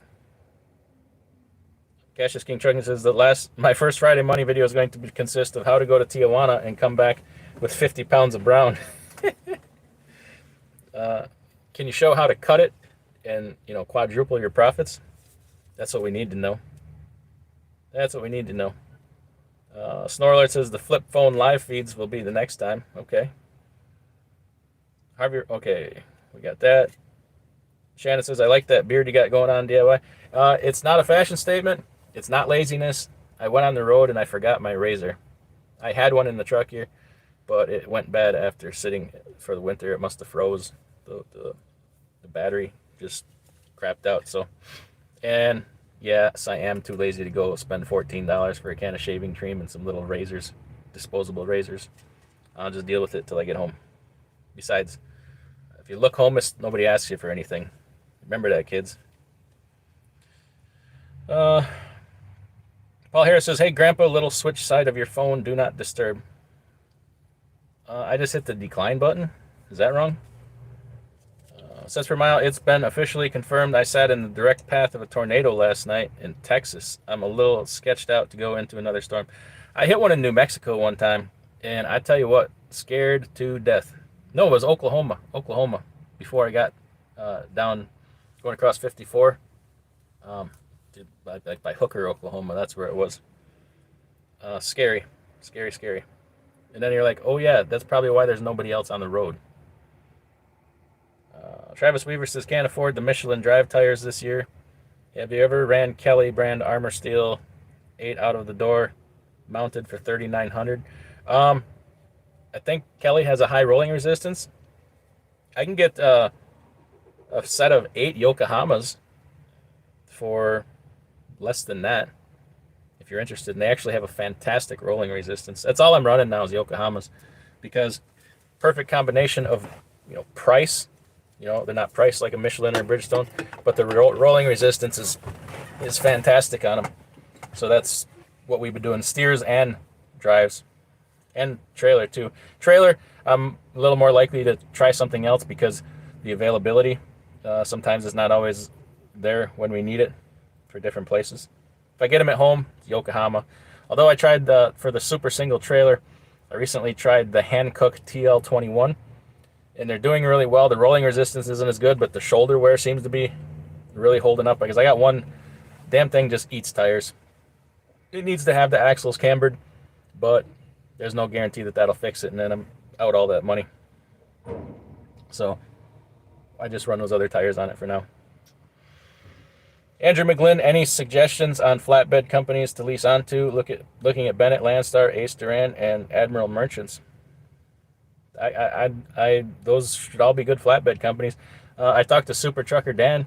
He loves it over at Mercer. He can't say enough good things about it. I don't know if he has a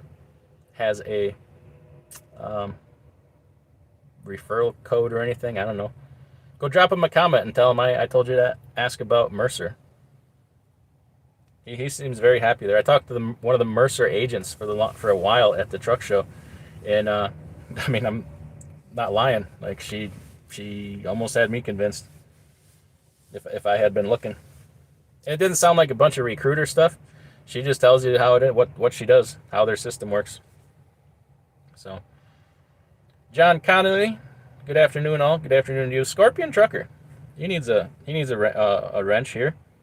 Been seeing him around a lot. He says, hey, DIY, thanks again for your channel. I'm taking my 30-minute break on my way to see Snorlord tonight. Yeah, everybody to Scorpion Trucker has a channel. He's building a channel over there. Go check him out. Go ahead and drop the link to your channel in the chat there if you want, Scorpion Trucker. Snorlord says, I give out wrenches sparingly. I trust no one. I noticed that. I see that I got my wrench taken away in your chat. I'm kind of hurt by that. And just saying I won't be hanging around anymore. It's unfortunate. I'm going to lose access to the daily, load board situation. But hey, I lose my wrench, you lose me. I'm just saying. Come on, it says I run deer whistles and have had good luck, knock on wood. Yeah, I got deer whistles on mine now too.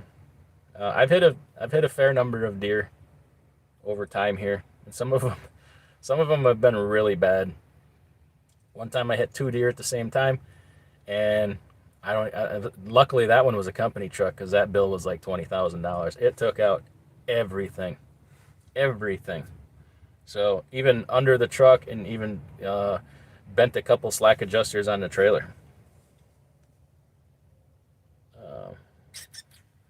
Old School New School says, I'm still looking for a 10mm boxed end wrench. All right.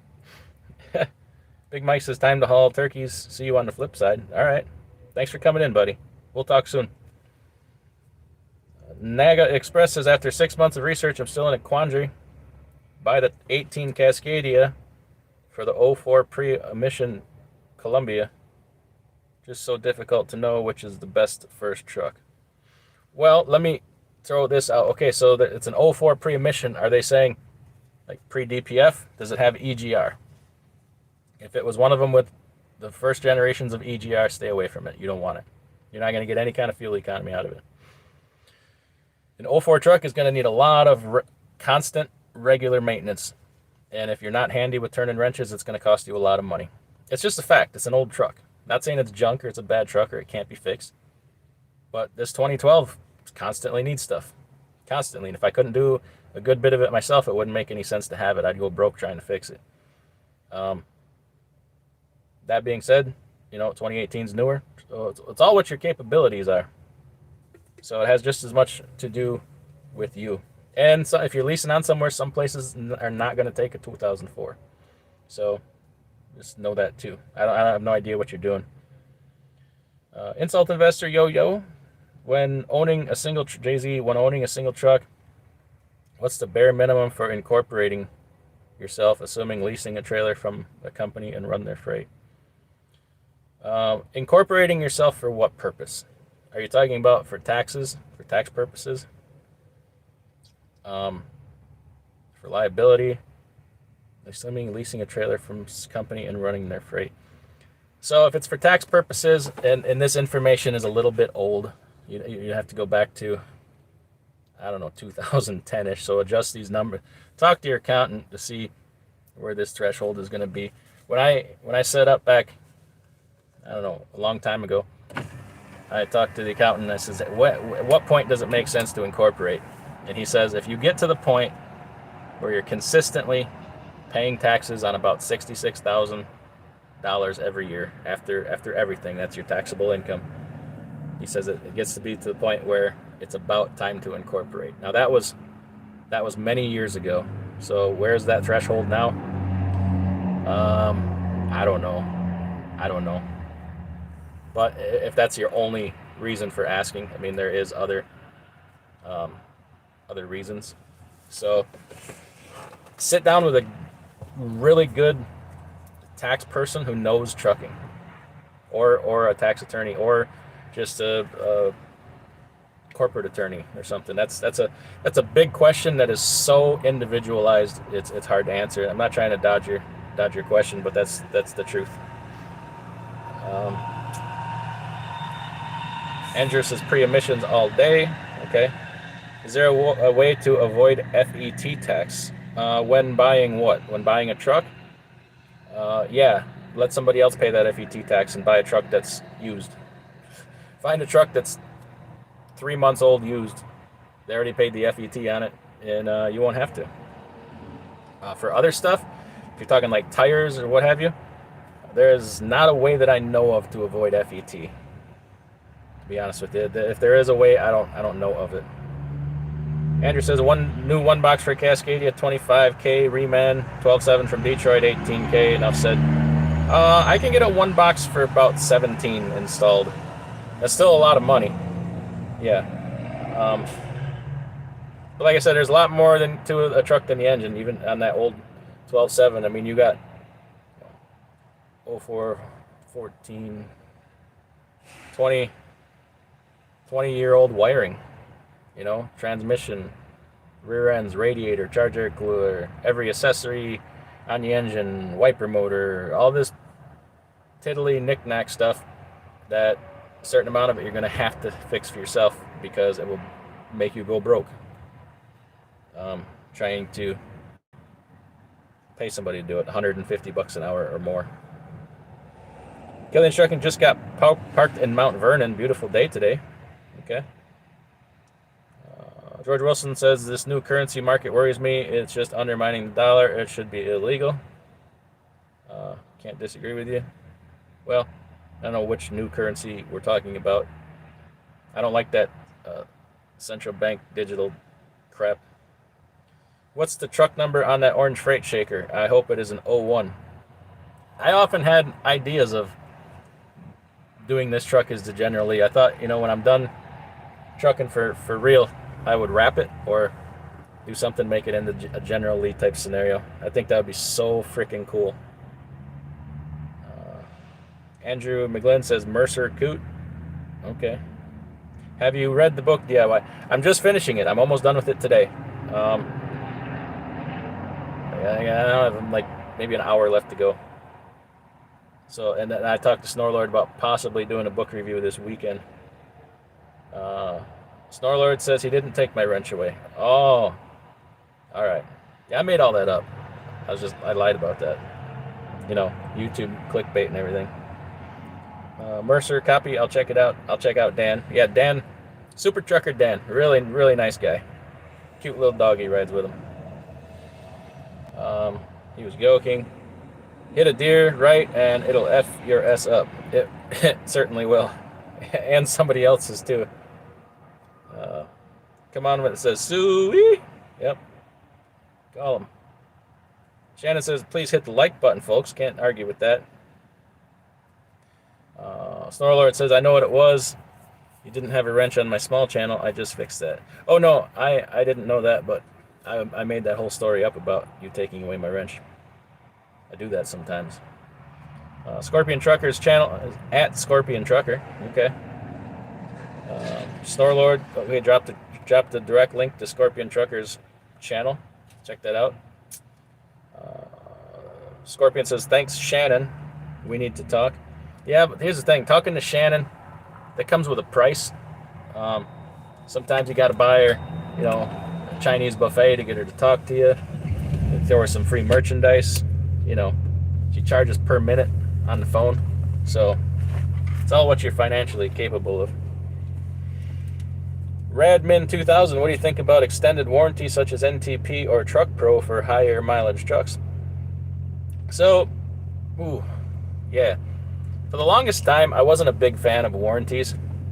Like, I had never purchased any kind of extra warranty on any truck that I bought. And in fact, I only ever had warranty on one truck that I had purchased, and I'd never got any direct benefit from it. But, okay, so that was for me, if I'm driving it, right? But now, being that I do some lease, I hate calling it lease purchases because there's not, I help some drivers buy trucks, drivers that lease onto me. I've helped them buy trucks. So if I got 4 trucks out on, we'll call it lease purchase, even though whatever. If I have 4 trucks out and, I'm on the hook for a lot of money, and 2 of them, their second month out, go out and need a 1-box or put a rod through a friggin' cylinder block, and they don't have the money to fix it, I either got to front that money or they're going to drop the truck off and say I'm done. That would be quite a burden on me.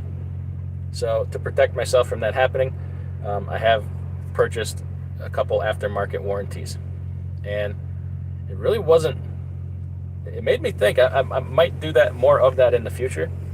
One, to protect myself, but even with if it was a truck for me, because I was able to get a 2-year 250,000 mile is what I bought, and it covers three different things. So engine is considered one, and then like your top end, like injectors, stuff like that, turbo, and then after treatment and drivetrain, transmission, rear ends.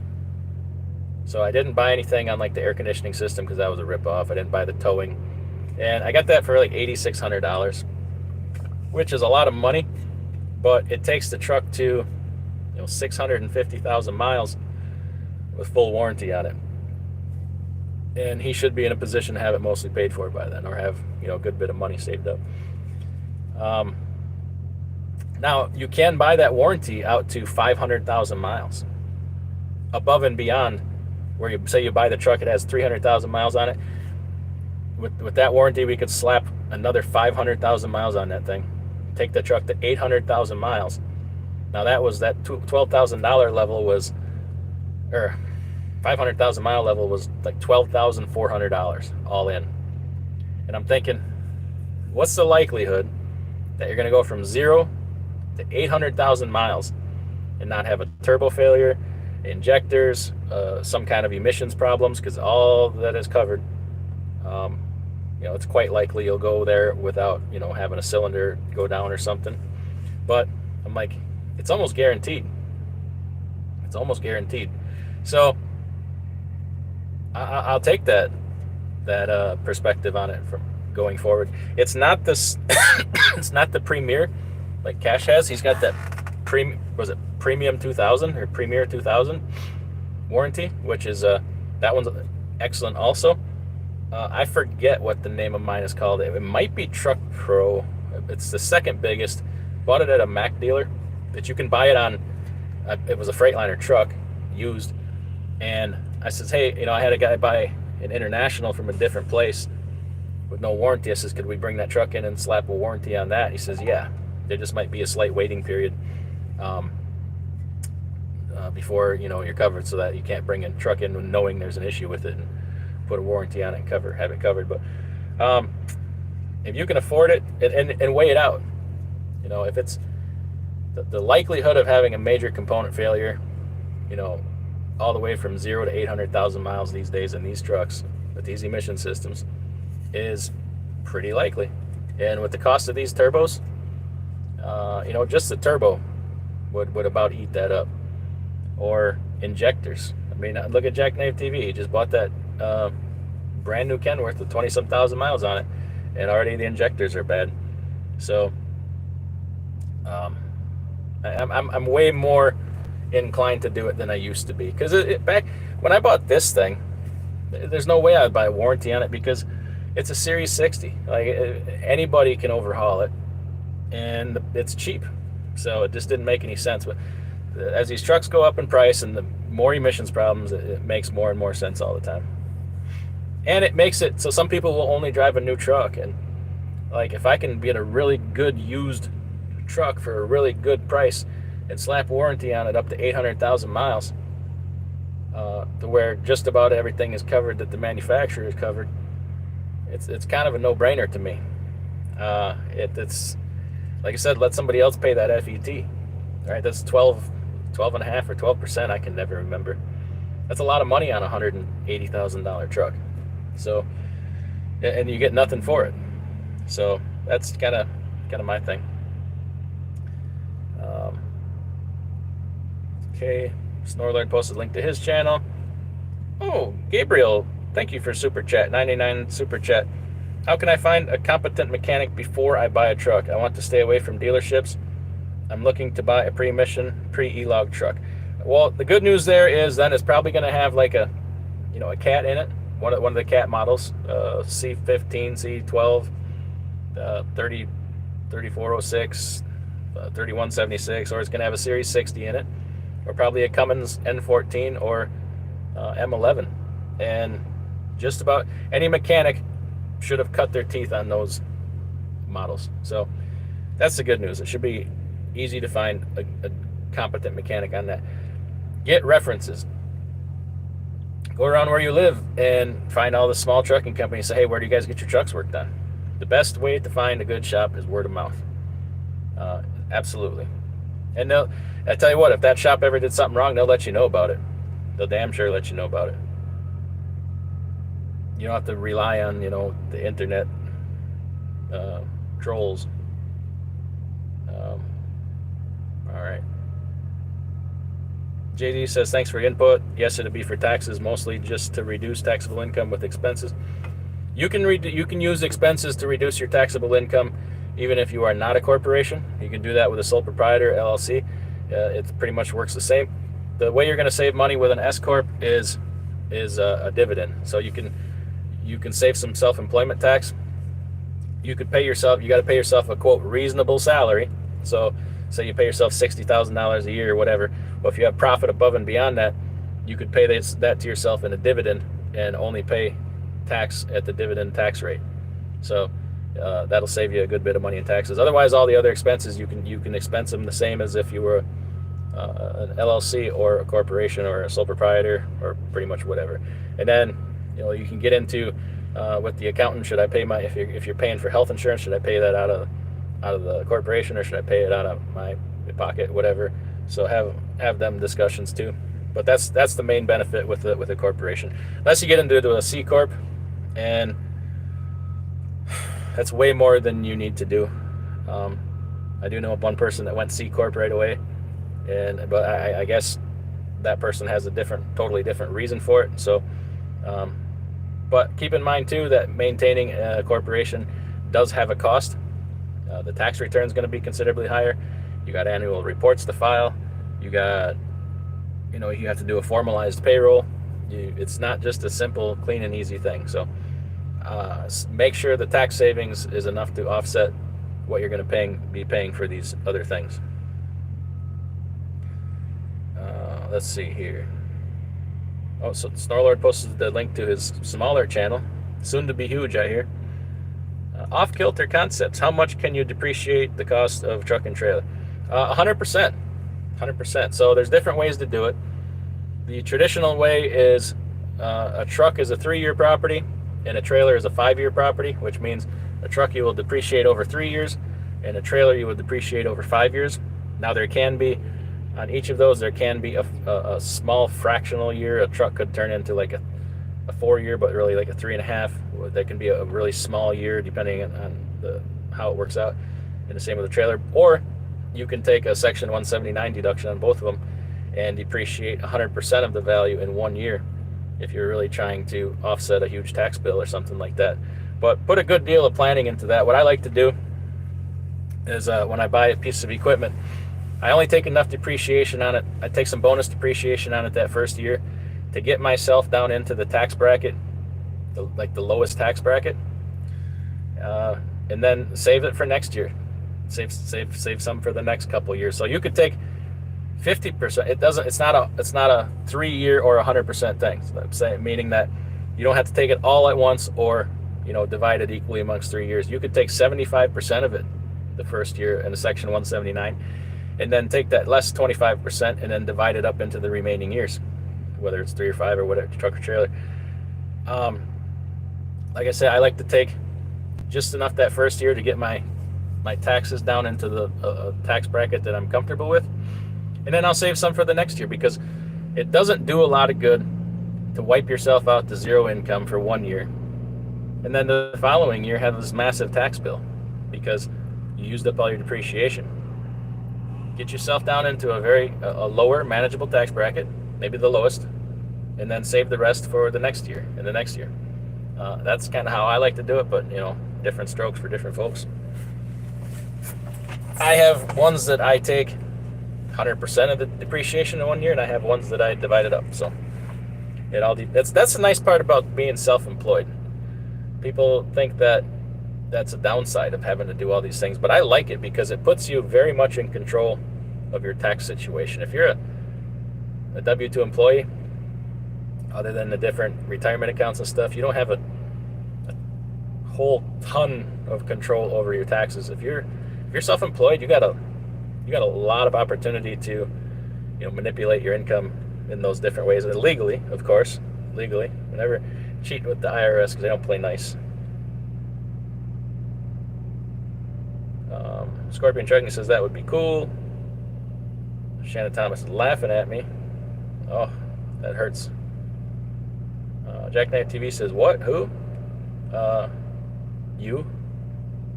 Thanks again, Gabriel, for the super chat. Appreciate it. Jackknife TV says, oh, I thought you were talking about me for a second. Oh, that's your narcissism kicking in, Jackknife TV. I'm just kidding. Because I got a warranty up to like $650 or something on the motor and $750 on the transmission and drivetrain. No, somebody asked about, warranty. So, and then I threw you in there as an example. If you want to find a competent mechanic, you're going to have to go by word of mouth and or be introduced to one, and even then you can't guarantee it. Usually when you find one, you found one. That's right. Snorler Trucking says, Scorpion, you want the Chinese buffet tonight. Damn it. He's just doing that to poke at me. Just trying to poke at me. Cash is King Trucking. You ever open reefer doors on a hot day to cool yourself down? Just that one time, and I caught so much hell for it, I never did it again. Jeez. Jackknife TV, Cassius King. Ooh, Cassius, like Muhammad Ali type Cassius. When my air conditioner went out in Georgia during a heat wave, I got myself a lawn chair, sat in the back of a reefer with just shorts and some sandals. I slept in a reefer one time because California AC went out. I wedged something in the door so nobody could close it, and then I laid my sleeping bag out and slept in the back. I wasn't comfortable sleeping on that ribbed floor, I'll tell you that. Scorpion Trucker, thanks again. DIY, see you guys later. Chinese buffet works for me. See you in about 4 hours. I hate that. I hate that I'm being excluded. And yes, I had a Twisted Tea in my hand too. It would have made a great picture. Drinking in the truck. You're with the hashtag drinking in the truck crowd, aren't you? I'm just kidding. Cool Trucking 6NZ probably. Well, back then DIY injectors were a couple $100 a piece. I think my injectors are $2,200 a piece. Holy cow! Injectors for the next gen T680 are $2,200 a piece. That is insane. That is insane. How do you feel about running all recaps on drives? This truck right here has all recaps on the drives for the moment. It needed drive tires last January, and being that this truck doesn't put on a ton of miles anymore, I can't see having $4,000 into a set of drives. So I took the set of drives I pulled off, sent them in for recaps, and I had her done for $150 a tire. So I've run with all recaps are a lot better than they used to be. They're so far ahead of what they used to be. If you take care of them, keep the pressures up. They hurt fuel mileage. But like I said, this truck doesn't put a ton of miles on, so whatever. Trucking with MC. Oh, okay. Drive tires. Shannon says, I had a fine time having recaps on my drives when I was at Dart. I would do it again. Okay. Oh, Cool Trucking 3406B, 4.25 cat. Twist the nuts to that engine. Oof. Sounds personal. They were Michelin recaps. Okay. GH Doctor, is there anything equivalent to Mud Flap out there? Your live streamings are informative. I certainly do appreciate it. Keep them coming.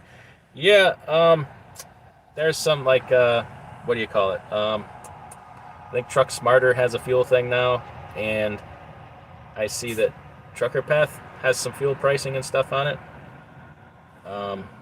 There's all kinds of stuff. I'm kind of working on a new thing here for some fuel, so hopefully that'll be ready to go soon. I don't know. Cool Trucking next year, buy another piece of equipment and do the same thing. Are you? Thought you were retiring. Ooh, yeah, for a PACCAR engine. So the PACCAR engine, the injectors are $2,200 a pop. Whew. Pricey, folks. Uh-oh, I just got a rate confirmation come in. Let's see what it is. Oh, false alarm. Just wanting to know if we could do that load again next week. I'll say yeah, for double the price, because you brokers are scamming us. I'll tell her, how bad you gonna scam me next week, Kemo? I'll email her back later. Nah, we do a lot of business with them guys. Cents per mile says, bet the mice are going wild in that classic. I was in the classic. I didn't see any mouse poop in there. I don't know why they picked. Oh, because there was some food in this one that I left in the cabinet. That's probably what drew them in. But I was having delusions of grandeur about the classic the other day. I need to pull it in and start doing some stuff on it, especially now that the weather's better. So we need to get at her here. I need things. Like I said, probably next month here I'm going to have some windshield time, though, so I ain't going to get to it. I'll get to it right before it starts to get cold, and then I'll stop because I'll bitch that it's too cold outside. I need to get power hooked up in my shop. Electricians are expensive, you know that? But I could do it myself. That's a whole thing. I got to move all my tractors and stuff to get it to hanging lights, and not looking forward to it.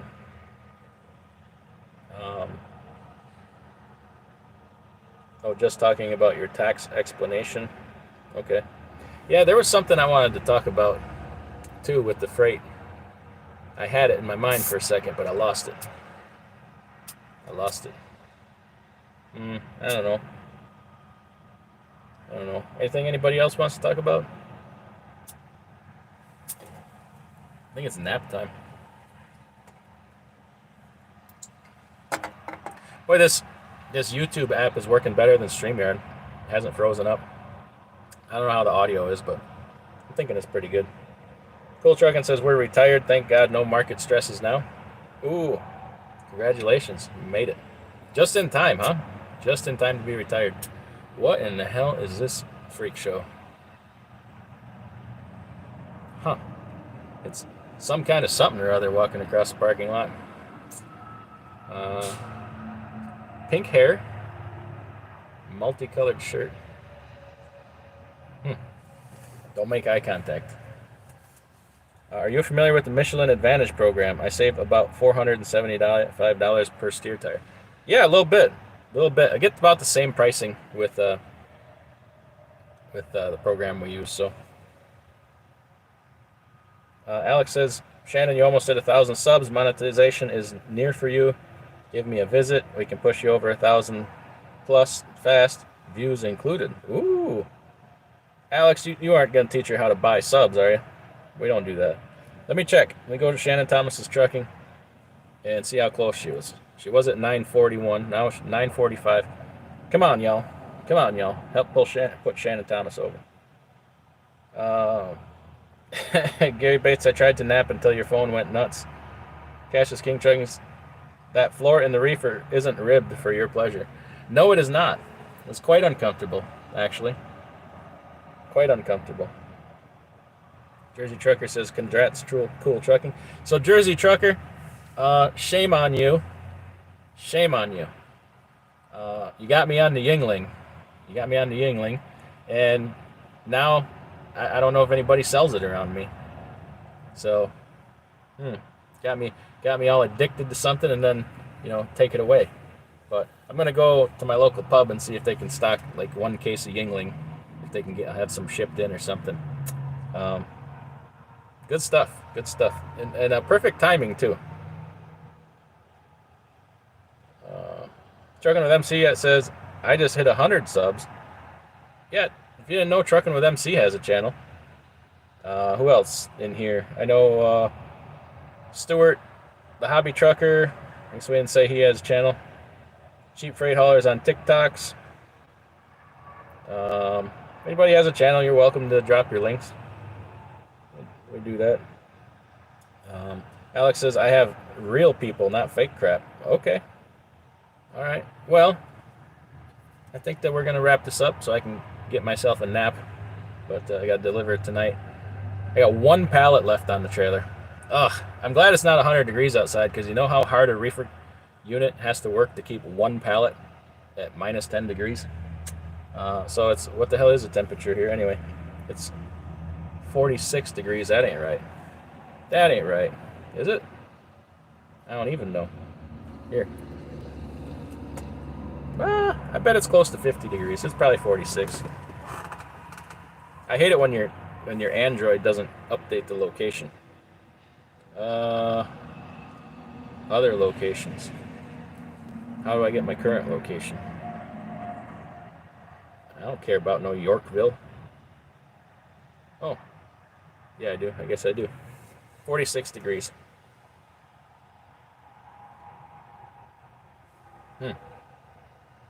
It's 93 degrees in Orlando. Woo!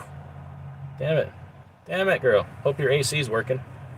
Oh, I got 2 AC jobs in the last 2 weeks. The one I guess I did a video on in the truck stop there, but I had another one I did before that at home. So the question is it overkill to post 2 AC videos so close to each other? I like doing AC work because it saves a ton of money. AC work is so expensive at the freaking shops. Cassius King dropped a link to his channel. Check that out.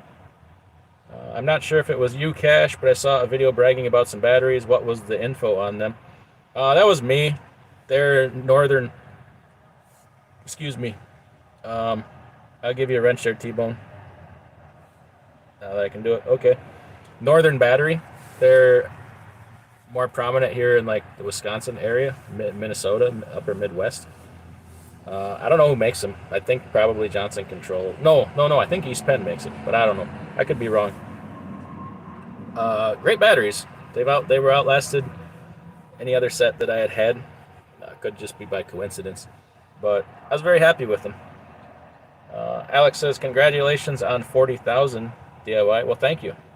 It was a big deal to me. So, what do I say? Party at 50,000? Looking for a couple of used reefer trailers. According to my experience, this is time to buy 2015 to 2017. That's not bad. You should be able to pick one of those up for under 40,000. Reefers trailers are still, they should be cheaper, but they're coming down. They're coming down. Do you think it's a buyer's market? Oh, absolutely, but I happen to also think that it's going to get better. Boy, truck prices are just cratering, which, you know, it's the time for it. But I'm just continuing to wait. I don't need anything right now. I could probably use another trailer, or I should actually trade a trailer in, upgrade to a newer one. But it's just, I don't know. I just bought one and bought those two trucks. So patience, they'll get cheaper. And time ain't right. The time ain't right. Shannon says, "Oh yeah, this new built-in APU is keeping me in DD cool as cucumbers." Well, the name of the game is get some freight on that trailer. Get the hell out of Florida. Get the hell out of Florida with a dry van. Oof. Dang it. Jerome Jones says, Shannon, must be nice. It was 32 last night in Fort Wayne. Yeah, I was out on the East Coast, and it was 85 degrees when we were fixing that guy's AC. And get back into like Ohio, and it's down in the low 40s. I'm like, I had to change back into long pants from my short pants. Okay, thanks. I may be needing some soon. I forgot what we were talking about. Oh, batteries. Batteries. Yeah, I don't know. Some people have different experiences with different batteries.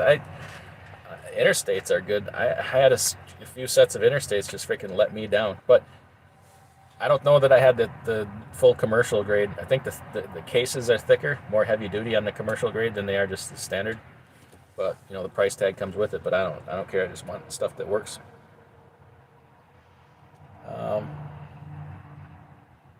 Alex says, been on YouTube less than 4 years and have 40,000, 100,000 will be easy. Oh, you think so? I guess I got to make videos then. I really want to. It just, and I know I keep making that excuse, like too busy, and I'm not saying that to sound like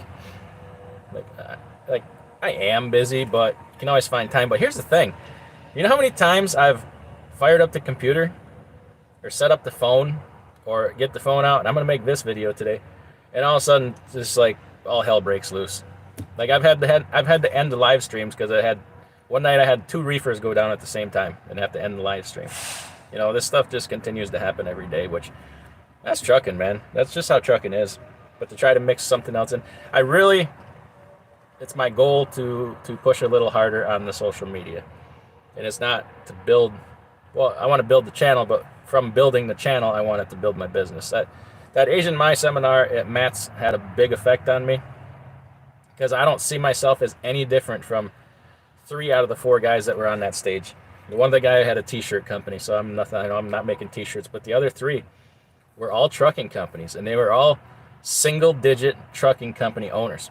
The one dude had 6 trucks, and they wanted to grow, and they were having trouble. That Massey guy is Massey. What the hell is his first name? I can't remember. He's at 6 trucks, and within a matter of a couple of years, he's at 300 trucks. And they're not, they're all show trucks, honestly, but I don't care nothing about show trucks. But all they did was start doing social media. They would post, that's how they recruited drivers. And all they would do is day-to-day content, what they did. And that's how they recruited their drivers. And then their customers would see that. So the customers would learn about the company and what they do just by watching these videos. And more importantly, you kind of learn who people are. So I don't see why I have to be any different than that. And then I also, what really motivates me is to think on top of that, oh, this guy has 300 show trucks, stretched out Pete's and W9s and blah, blah, blah, with a 20-foot gap between the truck and the trailer, pushing the brick down the road. What would happen if you experienced that kind of growth and ran an efficient operation? I'm like, ooh, the possibilities. And did it on the up and up. Not like a super ego where it's, or allegedly whatever, insert company here, where it's money coming from overseas or whatever. So that's kind of what motivates me lately. I don't know that I don't want to get that big, whatever. It's just building the business however that looks. I don't really know how it looks. It's just day to day, see what happens. Kind of everybody's like, oh, how many trucks do you want to be at? I just I don't have a number, because if I keep a number in mind, then it's like, well, am I only making these decisions because I have that number in mind and get to that number? Um,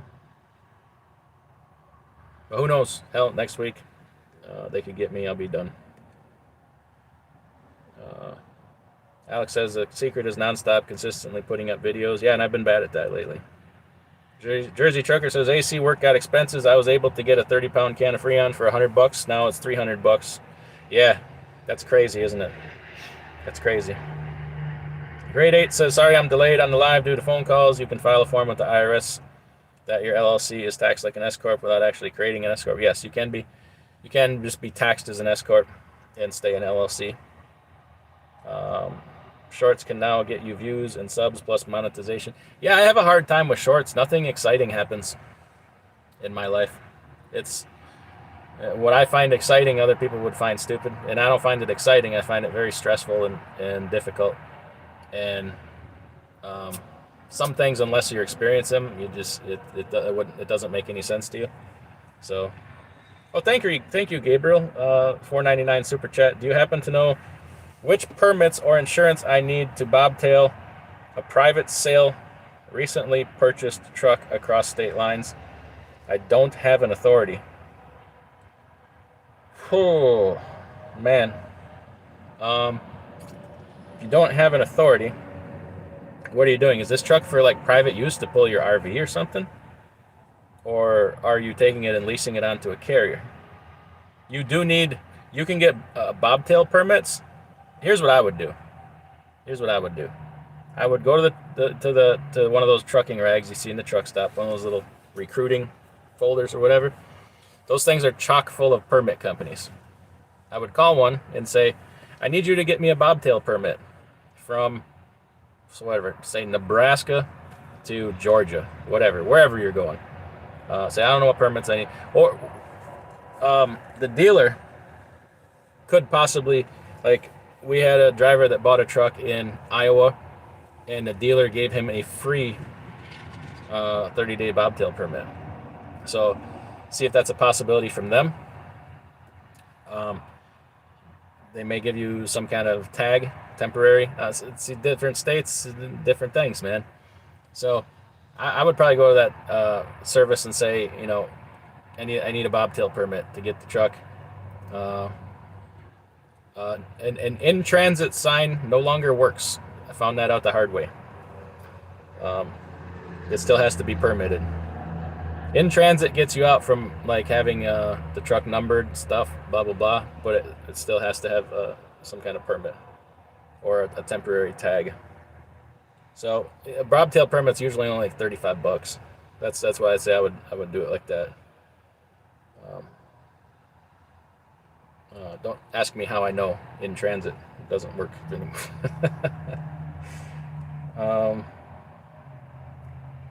Where were we?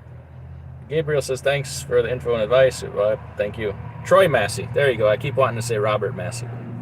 Robert Massey, that name sounds familiar. That guy's somebody. I don't know who it is. Troy Massey. Yes. And then there's another dude. He wasn't 300 trucks, but he was a good, started with an H. I'm so bad at names. He had a bunch of his trucks there. He grew like crazy, and then there was a third guy also that did it similar. So I don't know. I found that of the whole truck show, probably the most valuable thing that I attended. And I freaking know Alex. I could call him on the phone and talk to this stuff, but sometimes you just gotta hear it from somebody else or be part of something or whatever. So, GH Doctor, my Thermo King Evolution APU is always breaking down and out. I need to find a small business mechanic. Do you recommend any good mechanics besides Thermo King? It depends on what's wrong with your Thermo King. The newer ones have a lot of electronics in them, so it's gonna need. I mean, if Depends on what the problem is. Is it an electronic problem? Is it a mechanical problem? Because a small business mechanic is not going to be able to get into the electronics of that Thermo King unless he has some software or reader or something. But I mean, if it's mechanical and that you drop the cylinder or whatever, then yeah, you should be able to fix that. It's just a small diesel engine. Um, Envy says hurricane, lol. With both feet says I'm back. All right, freight truck and boom. Well, it's the not for hire is what's going to exempt you. You're not a commercial vehicle at that point. Um, not. Okay. Okay. Um, if you are a motor carrier that bought that truck under your motor carrier's name, that truck is for hire. I mean, you can find out however way you need to find out, but that's how I found out. Because I thought I bought a truck in Indiana, was going to bobtail it home before I plated it, and got pulled over. And that's what he told me. It's not what you're, it's the title is applied for under a commercial motor vehicle's name and account. So that's what it is. Did you just you're not engaging in commerce at that point, but it doesn't matter. So did you just say Jackknife already has injection issues? Yes. Yeah, he's probably talked a good bit about that on his channel, so definitely check that out. Gabriel says thinking and taking a job as a mechanic's helper for half a year to gain some knowledge and do work on my own truck. Good idea. I think it's a freaking great idea. I've often thought about that. Or going to tech school and just going through the whole diesel tech program. But, I mean, then you can't drive. I could probably do that now. Oh, man. I can't imagine how much that would benefit me. You can be a old school mechanic, you can be around doing mechanic, but you're always going to learn something from even if you are an old school guy that's been doing it a long time, there's going to be electronic stuff and things that you're going to learn. It's just the time out of the workforce to do that. If I could do it at night, well, we still running the business at night, and then you got to sleep, and it's blah blah blah. I don't think I could pull it off. But I think I love that idea. I know a dude that quit trucking. He's a viewer here. He quit trucking, sold his truck and trailer. He had a reefer, and now he's working as a reefer mechanic. And I'm like, dude, if you ever get back into trucking and the reefer, like, you're gonna save so much money, fixing that thing yourself. So just imagine, if it was the truck, the diesel truck. I can't see a downside to it other than the time out of the workforce. Are you going to be able to work while you're doing that? Don't go to tech school. You will learn much more at a shop, hands-on. You are right, but I can't get along with some people. Oh, you know what though? I'd probably do better in the shop than I would school. I cannot sit there and be in a classroom in that aspect. I just can't. So yeah, as like an apprentice. But do people do like apprentice mechanics type situations? I don't even know. It'd be great if they did. So this is something I thought about years ago. This would have been back in 2006. I started having this idea in 2006, 2005. Was YouTube even a thing back then? I didn't find out. This is embarrassing. I didn't find out about YouTube until 2018 because I didn't do internet and stuff like that. And my friend kept telling me, "Oh, YouTube's this and YouTube that," and I'm like, "What the hell are you talking about?" And then he explained it to me. And in 2019, I signed up for an account, and then right away started doing this. But anyway, going back to like 2005, 2006, I had an idea, and sounds bad, whatever. I had an idea to make a series of video, educational video type things that you could, and I was going to sell them, and it was going to be like tutorials on how to do different things, basic mechanics on your truck, right?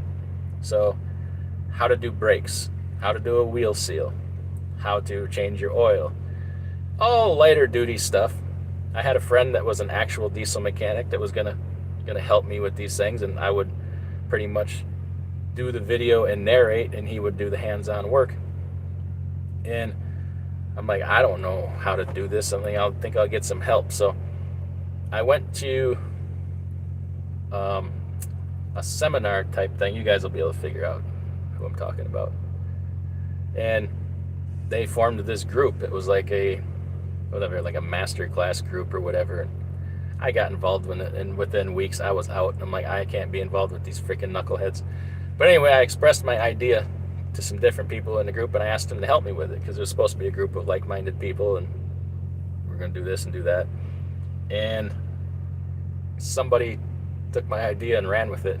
They didn't get anywhere with it, so it's probably good that I didn't do it because they actually had like marketable skills and stuff like that. But people will take your ideas and run with them. Doesn't sound like they made any money off it, so that's okay. But they had some notoriety behind their name, and they didn't make it, so I surely would not have. And now there's YouTube, where it's all just for free. So how about that?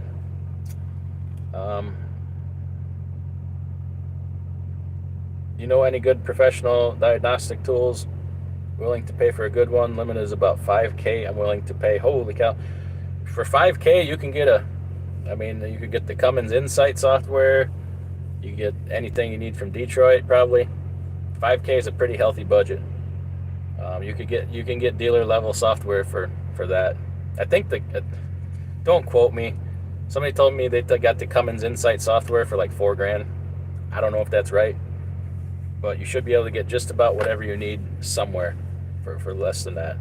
The handheld tools are good, for $1,000 or less, but if you're looking to do some real diagnostics and stuff, then you want the software and a laptop. But just because you get the software, remember that doesn't make you a diesel mechanic, so don't go messing with stuff. Get the knowledge and the training to go with it. I know you're talking about getting some training, so that's good. Get the training first and then the software next, because you can mess a truck up. I know a guy that did that. He went and got he had a 2015, I believe, Cascadia, and he went and got the software for it from a Russian hacker. Bought the bootleg software, which there was nothing wrong with the software.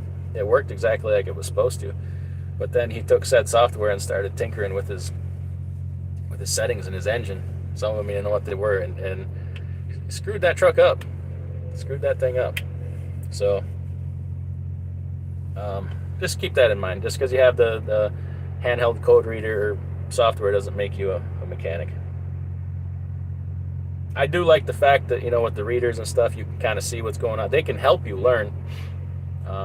Do some basic things to keep you off the side of the road. But no substitute for training.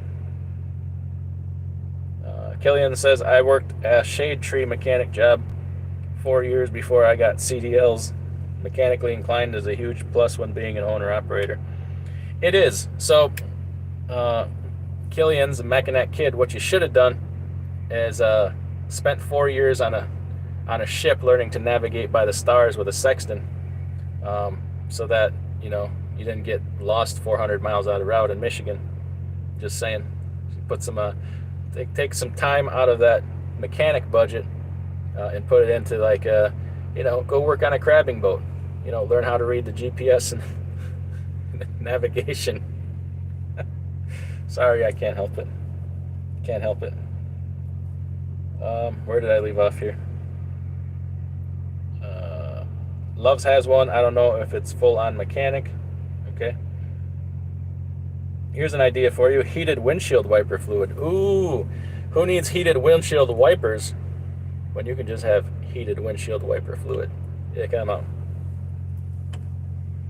G. Walker in the house. Thumbs up. Thank you. Jersey Trucker Shop needs people. Absolutely, they hire technician helpers. But I bet you anything you want, you'll be on your own wrenching on a truck very quick.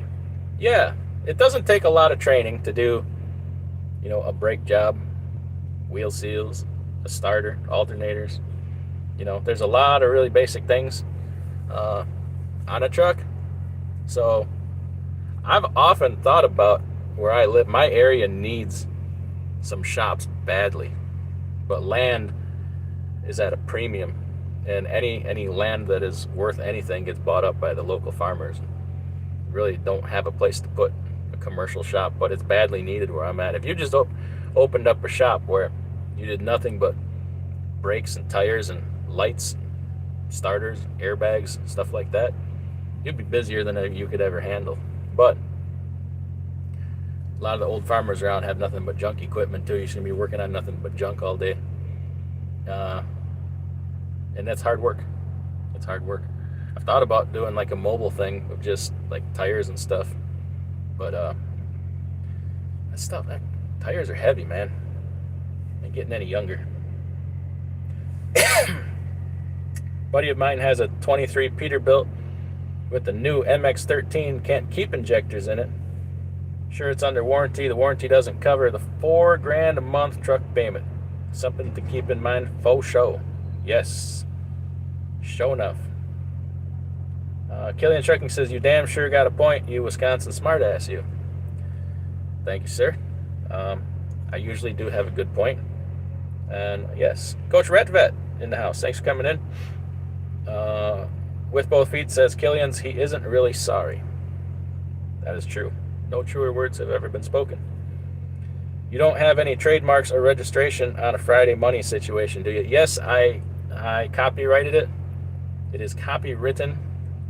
It is a matter of record. Patented, trademarked, double, triple stamped. Stay away. I knew this at both feet. The hardest part is diagnosing. Yes. That's where it is kind of nice to have one of those readers, if you can poke your nose in there and just look without touching things, you're going to learn what different things are. And if you find out it's something very simple, even just to stay off a tow truck. I'll spend $600 on a device one time to keep me off a tow truck just once. It paid for itself. Or to keep you out of a dealer lot having to wait for 3 weeks before they can even look at it, only to tell you it was this $80 sensor that took them 10 minutes to put in. Now you're going to pay thousands of dollars for that. But the downtime, I'm willing to spend some money to prevent downtime. The downtime is rough, especially like he says when you got that $4,000 a month payment. Definitely. Mobile truck repair would be a good idea. It's a great idea, but it is damn hard work, man. I ain't gonna lie, those freaking mobile mechanics or any mechanic, it's hard work, man. It really is. It's taken for granted. Alex says, looks like you're keeping the weight off. Good job, buddy. Yeah, except for this week. I fell off the wagon pretty hard the last couple of days. We got to get back on the wagon. Marty says, Canadian outbound freight highly declining. Ooh, yeah.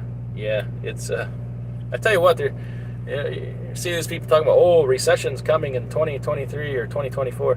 Man, if you don't see that there's a recession right now, like, if this ain't a recession, I hate to see what a recession is when it so-called hits. We're a leading economic indicator. We're months ahead of the decline and months ahead of the upward trend. So we just see it before everybody else. Shrezel Go Getta. I use those handheld devices to keep me off the tow truck. Yeah, definitely.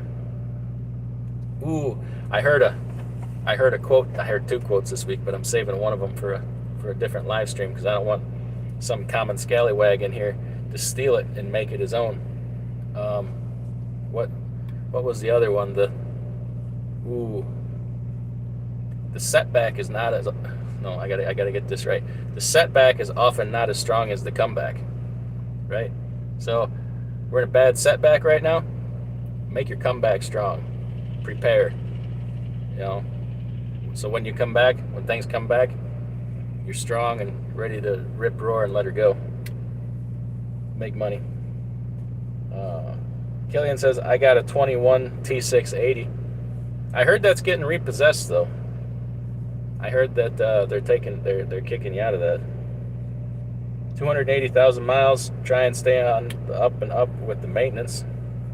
Yeah, that way when you turn it back into the company on your last day, you're giving them back a real nice truck. Just saying. Trizzle said, or Alex says, Trizzle, I'm definitely subbing to your channel. Okay, I didn't know that was a channel. Definitely check that out. I gotta check you out before I promote you, though. When trucking is tough, I think Canadian truckers should be stopped trucking in the U.S. Trump and Tucker Carlson 2024. Well, here's the thing. They can do cross-border. So if you're a Canadian company, strictly Canadian, you can come down here, deliver freight, and then either pick up freight or go empty back into Canada. Same with you, that's vice versa. You're not allowed to peddle freight inside a border. So a Canadian company can't come down here and then, deliver in California and then pick up in California and go to like New Mexico. They do it. People do it. Unless they have a U.S. authority also, then that's different. But you need the cross-border stuff to continue. And we need more. We need more cross-border. We need more trade going on. Things to move, make things better. Cash is king. I'm going to call mine Friday afternoon money. Well, definitely don't put it out in the morning then, or even early evening. I'll trump you on up. I'll go Friday evening money. A setback is a setup for a comeback. There you go. That's a good one too. Killian says Cash did it first. At Cash is king. I don't think so. Alex says, I'm glad you're reading comments on real time versus comments from a half hour ago. Well, sometimes when you got a rant in your head, you got to get it out. And sometimes the chat lags too. D Compton 84.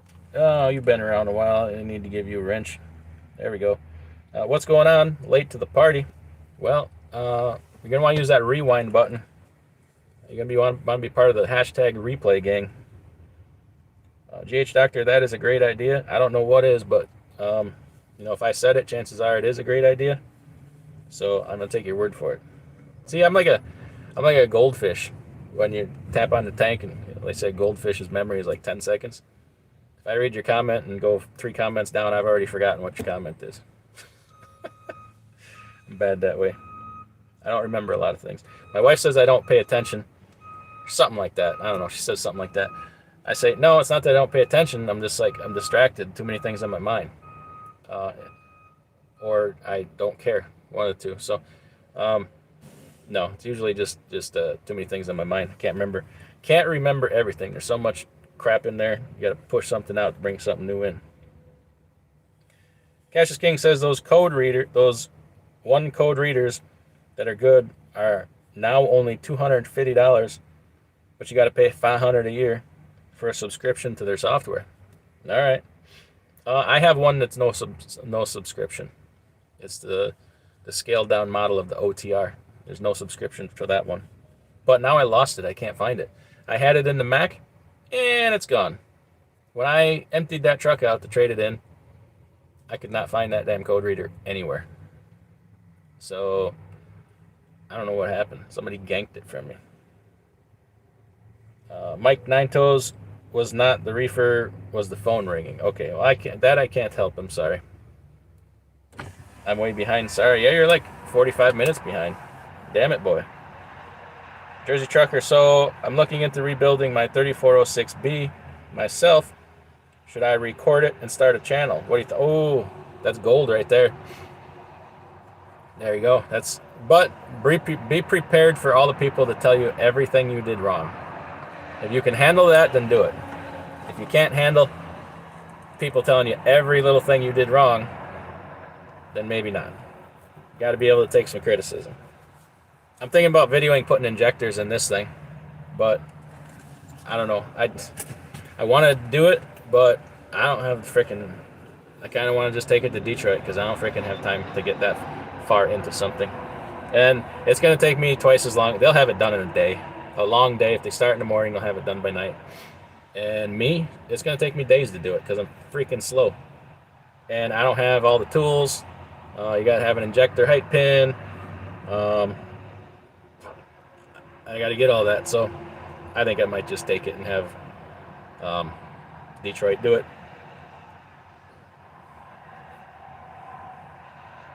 Yeah. That would be. Would it be wrong if I paid paint a cat red? LOL.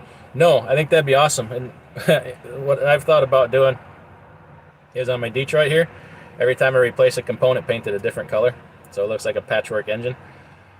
Totally confuse the DOT. They won't be able to tell what the hell kind of motor or year model.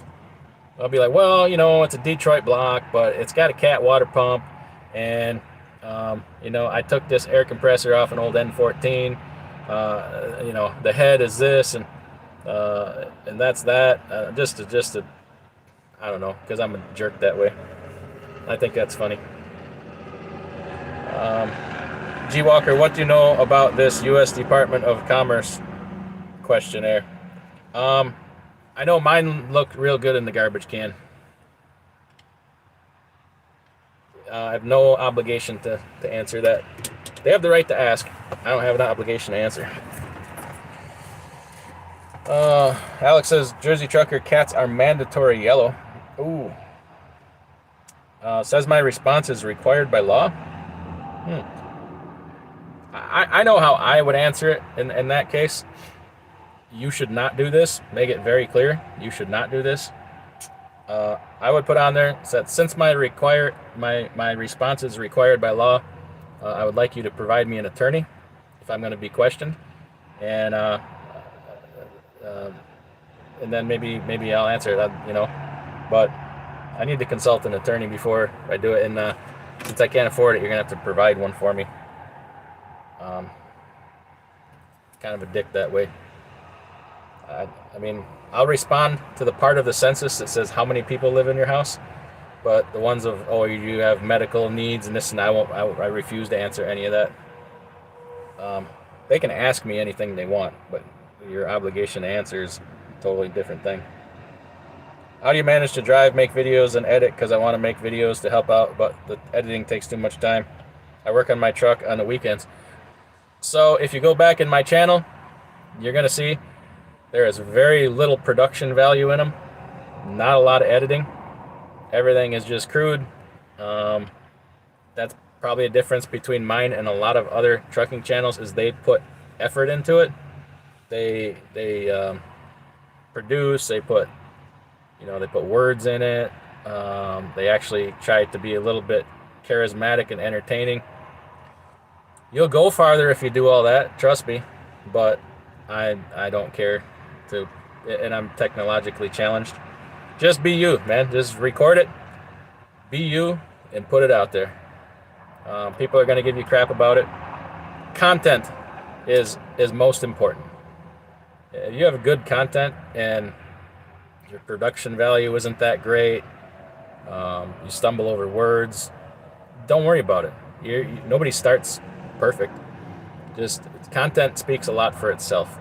And then over time, you work on the editing and your camera skills and your lighting skills, or you don't, or you're like me and you don't, and you just don't care, and you'll never be like a really huge channel. But I often wonder if I could have done much more if I just put a little bit of effort into all that stuff. But like you said, it's a time thing. Anybody who does YouTube knows that editing videos and putting together content takes an enormous amount of time. Unless it's like a live stream like this where I just turn the camera on and talk. The only time it takes is what I'm doing right here, right now, and then we're done. But to do a video, like, I got videos on the camera at home that have been there for months and just haven't gotten to editing them and posting them. I could have somebody else do it probably, but I prefer not to. Cassius King Trucking says, replay gang, just another one of my famous sayings. Yeah. You steal from me, I steal from you.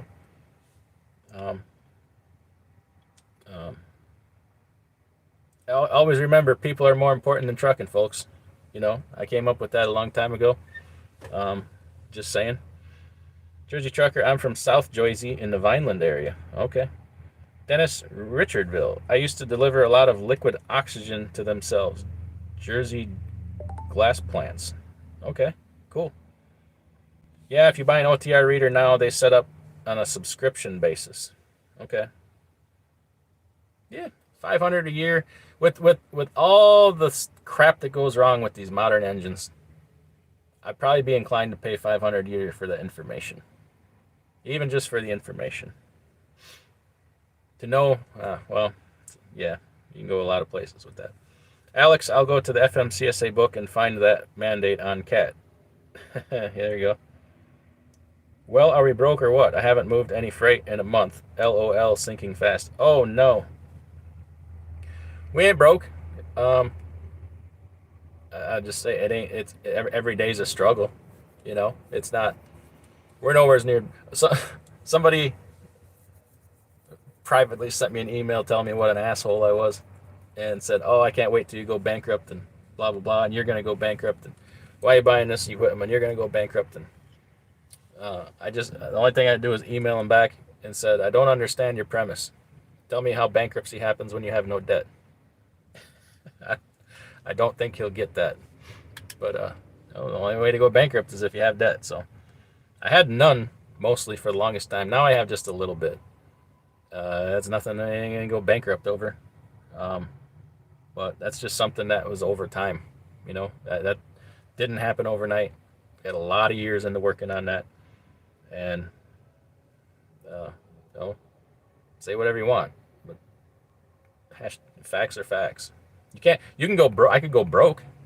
You can definitely go broke. Any of us can go broke, but like bankruptcy takes debt to make it happen. So whatever. Arguing with a truck driver is like wrestling a pig in shit. You know, eventually you realize the pig likes it, right? Uh, Trizzle says, I tried to make MX-13 and PACCAR videos because I couldn't find a lot online. If you can make a lot of MX-13 videos and PACCAR videos, people are going to watch because you're right, there's not a lot out there and a lot of problems, especially, you know, the MX-13s. So do it. Definitely do it and keep doing it. It takes a while to gain traction with this kind of thing. But once you get that traction, it'll go for you. Just be patient. Don't give up and don't quit. Hell, if you're going to do the job, it does take extra time to video a repair. It'll take you 3 times as long to do the repair because you're constantly moving the camera or constantly, oh, I said that wrong, or oh, I dropped the camera, or oh shit, I forgot to hit record, so I got to take it apart and do it all over again. It takes a lot more time to videotape a repair. Those are hard videos to make. And then you got to try to get the camera where it's showing it. If you can tolerate all that, I mean, you're doing the repair anyway, definitely video it and throw it up. And don't be too critical of yourself. Just get content up there, and it'll work out over time. You'll get good at it. How do you flat out wish bankruptcy on someone? You know, if you hate them, whatever. Another people will saying, "Oh, you're fake or phony." You know, you don't really do this or you don't have that, or I don't flaunt the things I've got. I mean, I don't have fancy stuff. I don't need it. Ask anybody who's met me from YouTube or come to work here that found me on YouTube. I'm the same freaking person off air as on air, and I challenge them to find one thing that I misrepresented. If anything, I mean, there's things I won't or don't talk about because it's privacy or, you know, business information that's privileged. But I'm not a flashy guy. I drive, you know, don't have flashy things. I like my old tractors. I ain't gonna lie, but I don't have a ton of money in them. For what I got in tractors, you buy one brand new Harley these days. So, and those bring me much more joy. I don't live in an extravagant home. We don't drive fancy vehicles. It's just the life I live. So, somebody's got a problem with that, then it is what it is. Nothing I can do about it, or I can't change it. I don't try hard to make people like me because I don't care about that. Uh, Jersey trucker Alex, I was in Millville last week at the racetrack. Friend of mine crashed a Porsche. Oh, uh, thought we agreed not to share our emails. Oh, I didn't give out no names or nothing. I don't know what you're talking about. He's good, the car not so good. How do you flat out wish bankruptcy on someone? I don't know, you just do. YouTube's funny, man. YouTube's funny. Is everybody had in the Washington for May 1st? Is that when this so-called protest is? I went out there this week looking for it. I was bobtailing around the loop in D.C. I couldn't find no protests. I was shocked and appalled. And then I found this truck, a truck full of thesauruses that tipped over and spilled all over the highway. People were stopping. I mean, they were aghast, appalled, shocked, stunned, amazed, all kinds of things.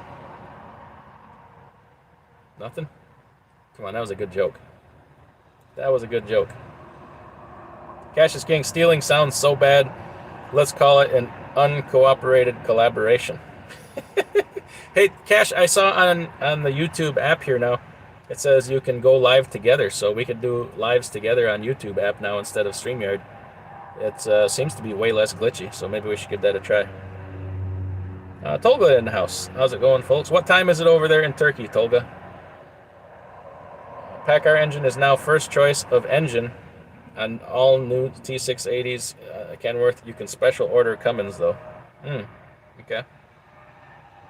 Okay. What's going on in Washington on the 1st? I'm thinking that's the protest. Alex, I just picked up a T680 with a Packard for $25K. 2016, 670,000 miles. I love it. Great truck. Love seeing you in the truck. You are a real trucker. So, a 2016 T680 with a Packard with 670,000 miles. Bought it for $25K. What was that truck 6, 8, 9 months ago? Probably 60,000-ish. Am I too far off on that? They were still pricey up, you know. Oh crap, my battery's going dead. We got to plug in. Even at 670,000 miles, they were still pricey. So that's how much they've come down. I'm thinking about opening a store that sells work clothes. In this day and age, we probably won't sell much, but we won't get robbed either. I like it. It's 45 minutes after midnight in Turkey right now. 12:46 a.m. Damn it. What is it here? 4:45 p.m. Okay. Alex says Tommy Packard is now fuel efficient. I was getting 9 to 12 miles per gallon. Yeah, that's crazy. I watch Jackknife TV there, and the kind of miles per gallon he's getting is just crazy. At Fate Trucking, I caught your email joke. Super funny. I didn't see. I thought we agreed not to share our emails. I don't see the joke there. Oh, about wishing me bankruptcy. I get it now. Yes, that was Fate Trucking. At Sloth, glad somebody did. Okay. I come in peace. DIY, always good info. Really care about the little guy. Well, I am the little guy. I am. Soft spot for the little guy, but you know, not physically. I'm rather large, especially after yesterday when I put a hurting on the Chinese food. But gotta stop that. Tolga, you must be a little bit west side of the U.S. East Coast has 7 hours difference. I am directly in the middle of the country, Central Time. With both feet says DIY did a rolling roadblock in DC by himself. Those people in that one lane were enlightened. Yeah, I just get the truck out there and just swerve back and forth. Bravo Zulu, is that my trailer dropped next to you? Depends what kind of trailer you got. Did you just slide in here and drop your trailer like maybe an hour ago? Is that why you looked at me? gave me a funny look because he knew it was me. Thanks for not blowing me up. Let me look at your avatar, see if that looked like you. No, that's not really you. No, don't say where you dropped your trailer. Just tell me what kind of trailer it is. Tommy says I'm averaging 8 miles loaded and 9.3 to 9.8 empty. That's kick ass. 8 miles per gallon loaded. That's a couple. So I got the newer Cascadia is an 18 and a 19. The 18 is a 15 liter and the 19 is a 13 liter. And the 15 liter is actually getting slightly better fuel economy than the 13. So we'll see how that averages out over time. But they're both over 8. That I just use the moving average because that takes out the idle time. So moving average is, I think one was 8.47, one was 8.24, something like that. I'd have to go back and look. Yep, that was you, Bravo Zulu. What the hell are the chances? What are the odds of that? Where'd you go? Did you go home or are you still around? Don't stab me when you come back. Appreciate it. Alex Shorts, Tommy, that's real good. Tommy, I was getting 12 miles per gallon doing 55 miles. So Alex has, I don't know what year your next gen T680 is, Alex. I think it's a 22 because you just started there last year. So it's either 21 or 22, 23. Might be a 23 model if it was brand new. But 12 miles per gallon at 55. I tell you what, it's hard to drive 55 all day. For 12 miles per gallon, I think I might be able to bring myself to do it.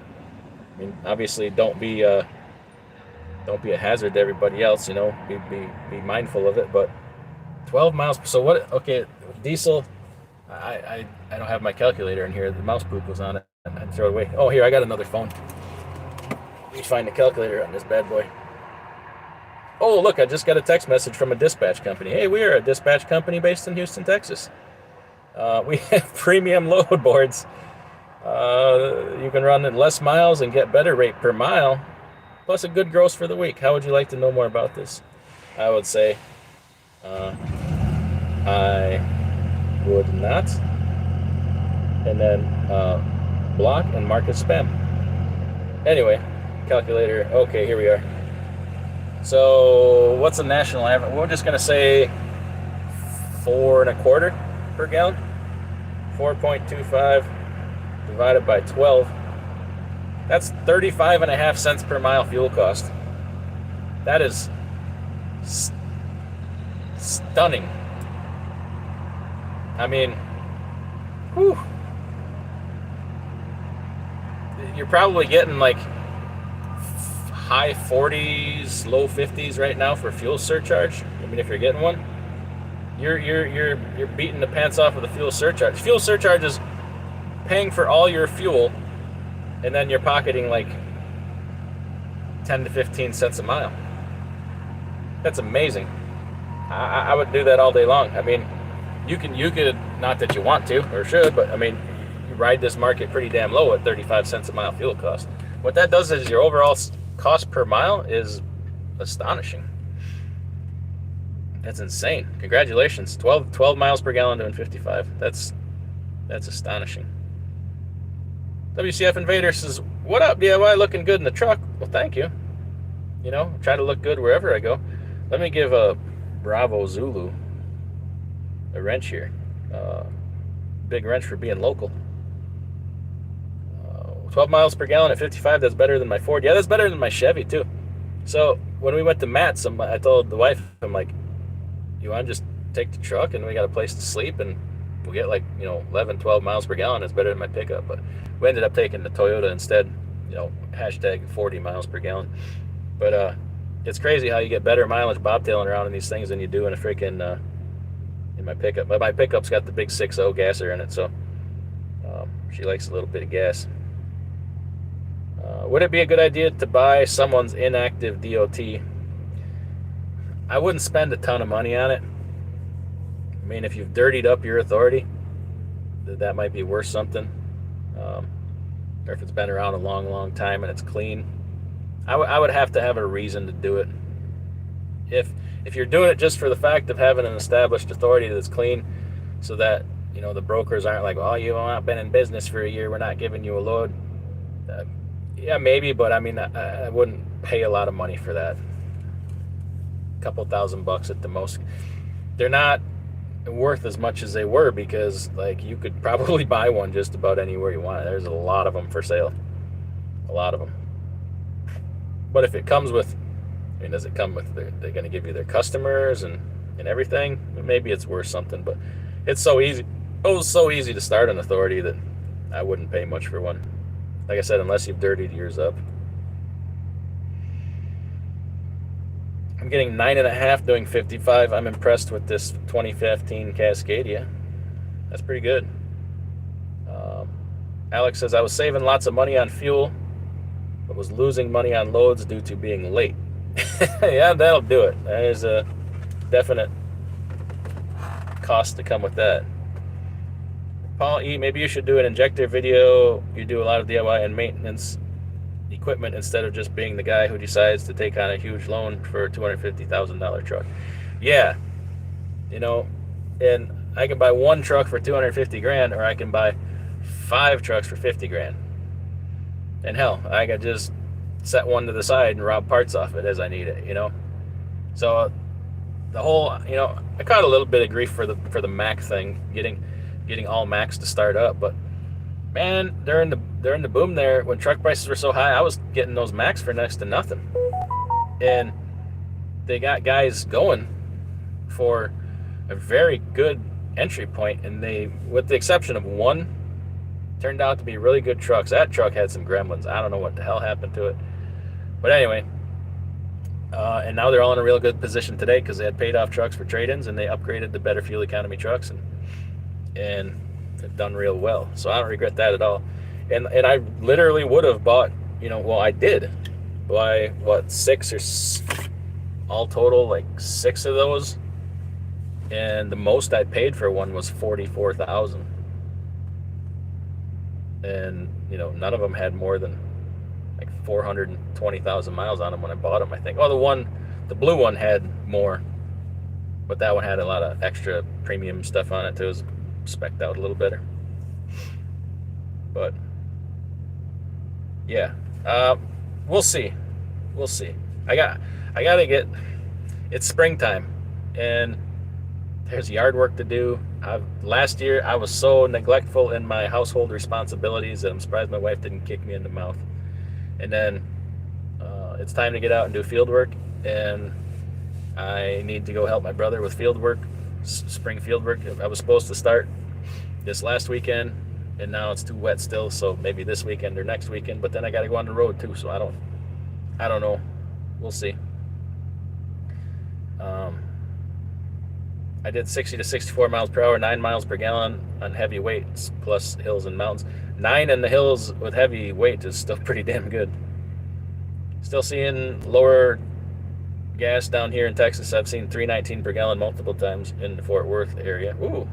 Oh, hey, that's Alex. Hey, Alex Foley. We'll give you a wrench. Does anyone know why I can get fuel surcharge on my intermodal loads, but no broker will touch fuel surcharge on a drive-in? Ooh, that's a topic that's going to trigger a lot of people. Oh, you just triggered a lot of people. So, drive-in is very much just a straight-up commodity. I mean, most of the loads that move are drive-in. There's a drive-in everywhere, broker loads, whatever. It can be a lot of ways. A lot of brokers just say, hey, here's the flat rate for the load. That includes line haul and surcharge. Some of them break it up. It really doesn't matter if they break it down or whatever, unless you're getting paid differently on percentage and you get 100% of the fuel surcharge or whatever. Just make sure the all-in rate for the load is what you want it to be. Getting hung up in the details of, hey, you didn't break this down. You can do some quick math yourself, figure out what the national average is and fuel surcharge based on whatever, 6.5, 7 miles per gallon, whatever.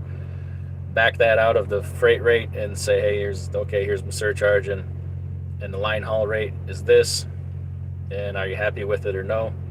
But your dry van freight, most of it just moves like a commodity. Like, here's the load, here's the price, there you go. You're doing intermodal, is a little bit more, I don't want to call it specialized, but it's different. You know, it's something that not just everybody out there does. So yeah, dry van transaction, they're just very transactional, for lack of a better term. What was that chime here? Yeah, this new tablet makes all kinds of weird noises.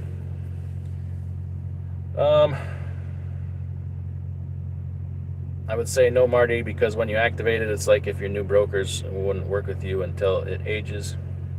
Well, it may still be active, the authority, if he buys it. I can't believe my truck never came with a battery cutoff switch. I gotta install one. Yeah, most new ones do now. I think I'm gonna install, since this orange truck sits a lot, I'm thinking about installing a battery cutout switch on it. I'm averaging 9.2 to 9.4. I could probably do better, but I'm getting about 1,800 out of a tank of fuel, and lately my fuel costs have been about $2.95 to $3.45. It's pretty good. Marty says I get 7.5 plus miles per gallon at 75 miles an hour. Who gets better? That's some serious speed there, sir. Alex says I don't have a battery cutoff on my 2022 T680. Okay. AB says that happened to Trucking Together. They reactivated their authority, and brokers looked at it as if it was brand new. So that can go either way. So several, I don't know, like 10 years ago, I reactivated my authority after taking a 2-year break, and some did, some didn't. Like, if it was some place that I had done business with before, they didn't really care. Others did. So if I was out in the Midwest, I could probably get double digits easy and get over 2,000 miles out of a tank of fuel. I can imagine going 2,000 miles on a tank of fuel. That's got to be pretty sweet. GH is getting 11 miles per gallon with a 15 Volvo and a Cummins motor. Damn, that's pretty good. Jackknife, how big are your fuel tanks? Oh, okay, 2 100-gallon tanks. Okay. Dennis says I had a 04 379 with a 550 cat. They got a consistent 8.3. See, there you go. You can be efficient with a 379. Ran 30,000 pound loads to Chicago and 42,000 brown and served sausage loads back to Reading, PA. That is stellar fuel economy out of a 379, especially with a cat. That should have been an A-cert cat on top of that. So get 8.3 out of an A-cert cat. I'm gonna go ahead and say you might have had some alterations done, perhaps.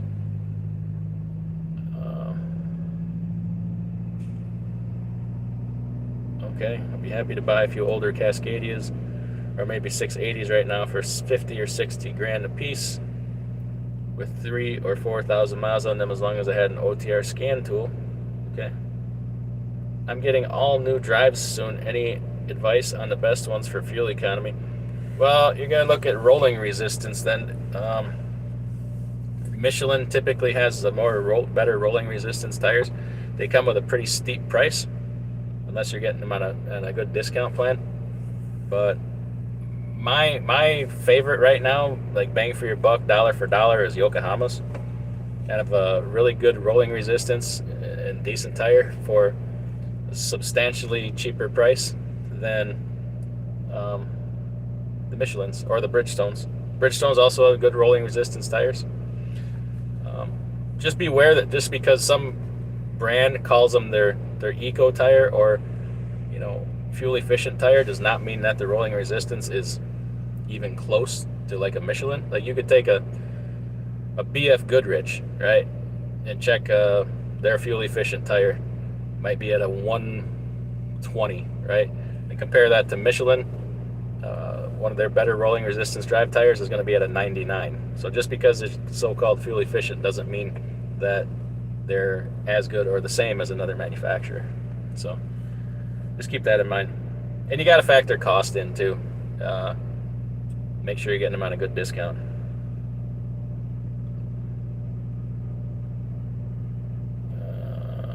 Cassius King says, call that dispatch company live. I already had ones call me. That's like 6 calls I got today, and then emails or text messages. They text too. They text like freaking crazy. And also the texts are from, oh, good news. We can get, $100,000 line of credit, pay back 105 over the next 2 years or whatever. All these credit places and funding places. I told one of them I wanted $2 million at 1% interest. He's like, I think we can do that. Fill out this application. I'm like, you're out your damn mind. Go away. Oh, Cassius King with $5 super chat. I appreciate that. Thank you. Alex says, Abraham Coopers, if on a budget, make sure they're rated for heavy duty. I think doesn't TA still do this? TA's the one that does the Coopers, aren't they? Bridgestone Ecopias on mine, newer model. Bridgestone Ecopias are good rolling resistance. Greg Zimmer, in-house channel member. We've been making him a moderator. He's been around. How's it going? Oh, booking freight, waiting for deliveries. I got 1 pallet left on the trailer to deliver, and I gotta wait. What time did I get here? About noon. I can't deliver till 10:30 tonight, so they don't open till 10. But whatever. Then I can kick that off. 1 pallet shouldn't take any more than 9-10 hours in the dock, and then I'm gonna put her in the wind for home. It's sad. The crappy part is I'll get home at like probably 4 in the morning and be tired as hell. But whatever. I'll be in the office the rest of the day. Mine doesn't have a battery cutoff either. Surprising since it's an old Walmart truck. Okay. Jackknife. Mine automatically shuts off the hotel accessories when the batteries drop below 12 volts. Most of them should. Even my Columbia here's got a battery cutout in it. Cassius King says, I don't know what that comment says. It's not in a super chat, so I can't read it. How do you like that? It's funny how some comments don't show up when they're not like in a different color. It's weird how that works. Grumpy Trucker says, checking in, boss. Thank you. From Canada. Grumpy Trucker in Canada? 379 was back on when the highway speed limit is only 55 miles an hour in the whole country. Well, yeah. Good point. You're right. The rail yards do come with a lot of BS to go in and out. Get your load, cranes, bad chassis. Maybe is why I get the fuel surcharge. Tough to find drivers to go into the rail yards. There's a lot that goes into containers and chassis. So here's the thing that gets missed in a lot of freight situations also. So certain brokers have certain capabilities, right? Like C.H. Robinson Worldwide might be given a load, and the shipper said, okay, you got to get this container from Hong Kong to Long Beach, and then you got to have it transported on chassis and container from Long Beach to whatever, Las Vegas. It's going to get pulled off the chassis and warehoused, and then we're going to ship it from that warehouse in Las Vegas to an Americold in Rochelle, Illinois, and you're going to need to arrange that transportation. And then from that Americold in Rochelle, Illinois, it's going to ship to its final user, which is whoever, Del Monte in somewhere in Pennsylvania, right? C.H. Robinson is competent to handle that shipment all the way from Hong Kong to its final destination in Pennsylvania. And there's a total all-in budget for that move all the way from Hong Kong to Pennsylvania. So it's a matter of how do you divide up the money for each leg of that trip, pay to have it loaded and unloaded, if there's a chassis fee, if there's unloading and loading fees, storage fees at the Americold, storage fees at the warehouse in Las Vegas, warehousing fees. So there's a lot that goes into this freight that we don't see. We only see the part of it of, okay, it got put on my truck in Rochelle, Illinois, and I took it to Pennsylvania, and you had $15,000 into the load, but all these other things, from Hong Kong to here to there to there to there, are included in that $15,000 budget. A lot more of that happens than you think. Not every broker can do that. Your Robinsons, I believe England does something like that.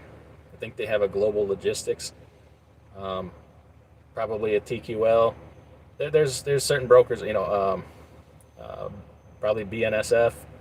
I think Hub Group can do that. So a lot of that happens. So if you, through this quote, why did I even bring this up? This broker transparency thing, find out that they have $15,000 into the load that you're getting paid $2,200 for, you're going to blow your freaking stack. Well, you got to consider every step of the process. Not every load is that case, but this a lot of that happens. So I don't know how we got onto this damn point. Let's get off it and move. Oh, because of the rail yards. There you go. Fuel surcharge, right? 13 speed, 373 rears, and keep your foot out of it. Yeah, with 373 rears, you'd have to go slow. Have you done anything to the Classic you bought? I was just talking about that. Oh, you need a wrench, by the way. There you go. Jersey Trucker's a moderator. Just talking that I need to bring that in and start on that. But springtime is coming, so that's field work on the farm and yard work and blah, blah, blah.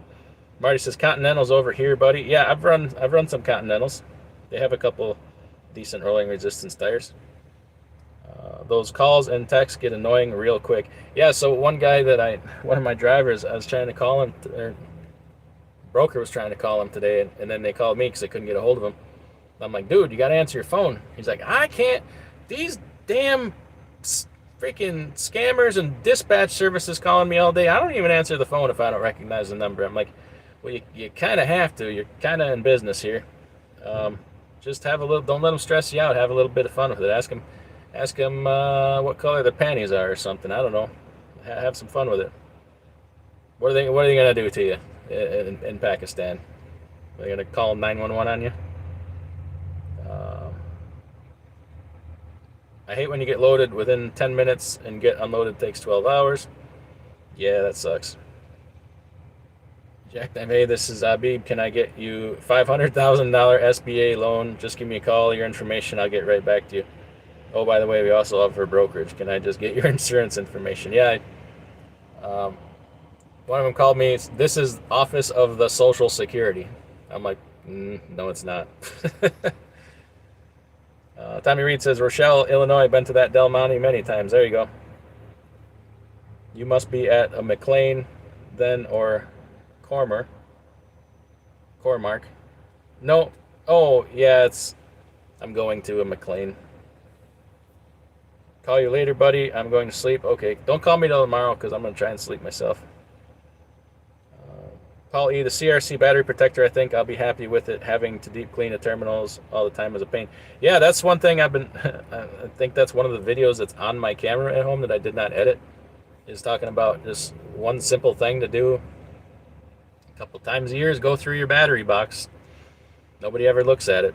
Those battery connections are important on these, especially on these highly electronic and emissions controlled trucks. I think 2 times last summer, that one Mac that I told you about that had a few problems, twice last summer, that truck went into the shop and it's throwing all kinds of emissions codes, and both times the problem was in the battery box. The one time, the driver went to TA and had his batteries replaced, and what the hell did they do? They broke off a wire from one of the butt connectors that was hooked up, and the other time it was corrosion related. So, especially in the newer, more modern trucks, keeping them batteries clean, the terminals clean, is important.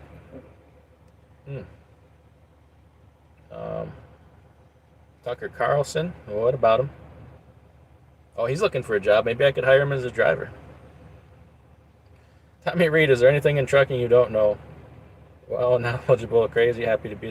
There is plenty I don't know. There's plenty. Just ask. I could give you some names of people in the comments sometimes. Ask go to Circus Boy 9010 whatever. He'll tell you how I don't know anything, or all kinds of people. No, there's plenty I don't know. And honestly, there's some of these things have such a level of depth to them, you could never know everything. But it's great to have a good grasp, or at least a surface knowledge of all the different things. Honestly, most of the stuff I learned is because I'm tired of paying for it. I'm tired of paying, I got tired of paying other people, good amounts of money for something that is just so easy or just not that big a deal. Um, I wish I had a deeper mechanical ability and knowledge of things. Um, Most of the stuff I've learned is just by going and doing it or by stuff breaking. I'm not afraid to try to fix something myself. Um, it's I appreciate the compliment, but yeah, there's plenty of things I don't know. I'm kind of weird like that. When I have a passion about something, I try to like explore it as deeply as possible. And over the years, my passions have changed. When I was a kid, my early teens, my passion was four wheelers. Man, I knew everything about every four wheeler out there. I had a Honda 250X. My brother had a Honda Foreman 350. We had, I don't know, I just knew everything. It was my dream. I'd read the four wheeler magazines. It was my dream to go to Glamis and ride four wheelers in California. Kind of outgrew that. In my late teenage years, my passion was powerlifting. So I would read all about that, and then about the newest training techniques, and then um, get into physiology. So I ended up learning a lot about like anatomy and physiology. And then I always kind of had a little bit of a passion for investing and finance, and then that got to be real strong in my mid 20s. So I dove a lot into that, and I really found that I really enjoyed like business and money and stuff like that. So some of the things you learn out of passion, some of the things you learn out of necessity. I don't know which is a better way to learn it. I guess as long as you have an interest in it, either one is good. Uh, Trucking with T-Bone says just picked up at that Americold this morning. Okay, cool. Cool, welcome to the neighborhood. Paulie, I'm actually surprised dielectric grease didn't keep the terminals from corroding, to be honest. Okay. Paul Wagner says, hey, Bubba. Hey, Paul. Thanks for the wrench. You're welcome. I clean my 8 battery terminals every 2 months. They corrode very quickly. Okay. Cool. That's awesome. I found, too, that every so many years, I'll start replacing the battery, those jumper wires between the batteries. I've had those go bad and throw just, codes, and that'll make your voltage jump around. Well, they flex a little bit, lose contact. Fate Trucking, is truckers' money dead? Have you lost it all? I loaned a good bit of it out to wayward truck drivers. Put some things out for finance. They haven't really panned out yet, but I guess you could say I made some sketchy investments in some sketchy people. Such as other YouTube truckers, and we'll see if they come through on it. I don't know. Time. That's one thing that time will tell. If they go bad on it, I tell you what, I'll air it all over YouTube, their dirty laundry, and tell everybody what a deviant scoundrel that they are. If they make good on it and do the right thing, I'm just going to keep it under my hat, because I don't want anybody knowing that there's good people out there and that actually do what they say they're going to do. Might help them build their channel. I'm such a jerk. All right, people saying hi to each other. Gary Bates, oh, DIY, did I kick your butt in powerlifting? You might have. Tell you what, I destroyed my shoulders. If I could take back something in my life and go back to younger, I would not destroy my shoulders. Is that why you dislike me so much? I don't dislike you. I got beat up a lot when I was younger, and not like by school bullies. So for a while I used to take judo lessons. Got into judo for a little bit because I thought it was pretty cool. And so when I was junior high, I was like 14 or 15. I was probably 215 pounds, 220 pounds. I was a big kid. And judo goes by weight classes, not by age or belts. It kind of does, but mostly by weight class. So I went to some tournaments when I was still pretty new, because my instructor thought, hey, it'd be good experience, So I'm this 14-year-old kid, and being that my weight was higher, I got paired up against grown-ass men. And that were one of the lowest one was an orange belt, but I remember this dude. I'll never forget his name. I met him once in my life. His name was Horace Kraft. He was a cop from Chicago, and he beat me like a rented mule. The dude picked me up and slammed me down on the crown of my head and totally like messed up my neck. But the other dude choked me out in like the first 3 seconds. Just I don't remember exactly what he did, but he freaking did. And and I remember afterwards, he's like, "Dude, why didn't you try to get out of it?" I'm like, "I don't know how to choke." I says, "We're not allowed to do that." He says, "What do you mean you're not allowed to do that?" I go, "You're not allowed to learn how to do chokes until you're 15 or 14 or whatever it was." And he looks at me like, "How the hell old are you?" I says, "I'm 14. He's like, "Oh," he felt like hell. I'm like, "I don't know. They just told me to come out here and have a match against you." Beat me like a freaking rented mule. I never won a single match. Went all against grown men and got my ass beaten every time. It wasn't no Karate Kid movie, I'll tell you that. Getting choked out sucks. I can honestly say that. I can relate to like these. You've seen these UFC guys like getting choked out, and it's kind of scary. I don't. They handle it way better than I did. I freaked out. Told that passion comes with extra excitement. Necessities teach more details via faults. End of the day, we learn everything both ways. Yes. Tommy Reed says we have two things in common. I powerlifted many years, and trucking. We also live a state away. I'm in the Joliet area. Ooh, I was down in Romeoville this morning. Uh, yeah, two things in common. We both powerlifted when we were younger, but you, sir, apparently kept your physique. I chose to eat my feelings and ended up looking like this. Thought you trashed your shoulder falling off a trailer. That too.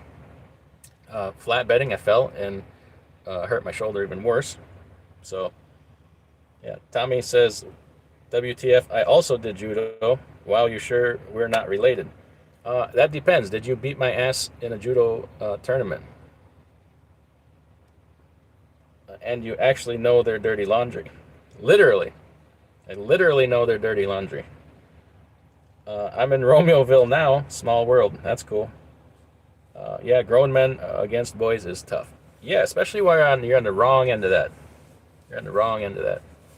But yeah. So that's my story. Well, man, oh man, everybody, if you wouldn't mind, hit the thumbs up button. That would help me get back in the. I think that helped me get back in the algorithm here for the YouTube. I'm having a tough time with that. Once you lose your consistency making videos, they kind of push you off to the side, and then you got to get that. You got to start pushing that stone uphill again. Damn, that sun's bright. Look at that. If I hold my arm here, you can actually see me again. Not that you want to, but I think I'm gonna call it a day because my voice is waning. I got to call home and talk to Mama, and then I'm gonna lay down for a few hours so I can make my midnight delivery tonight. Or what did I say? 10:30, 11:30, midnight? I don't know. I guess I better check. We don't want to be late to that one. So, everybody have a great day. Hit the like button on your way out. Tell a friend. Share it with your mama. And we'll see you next time.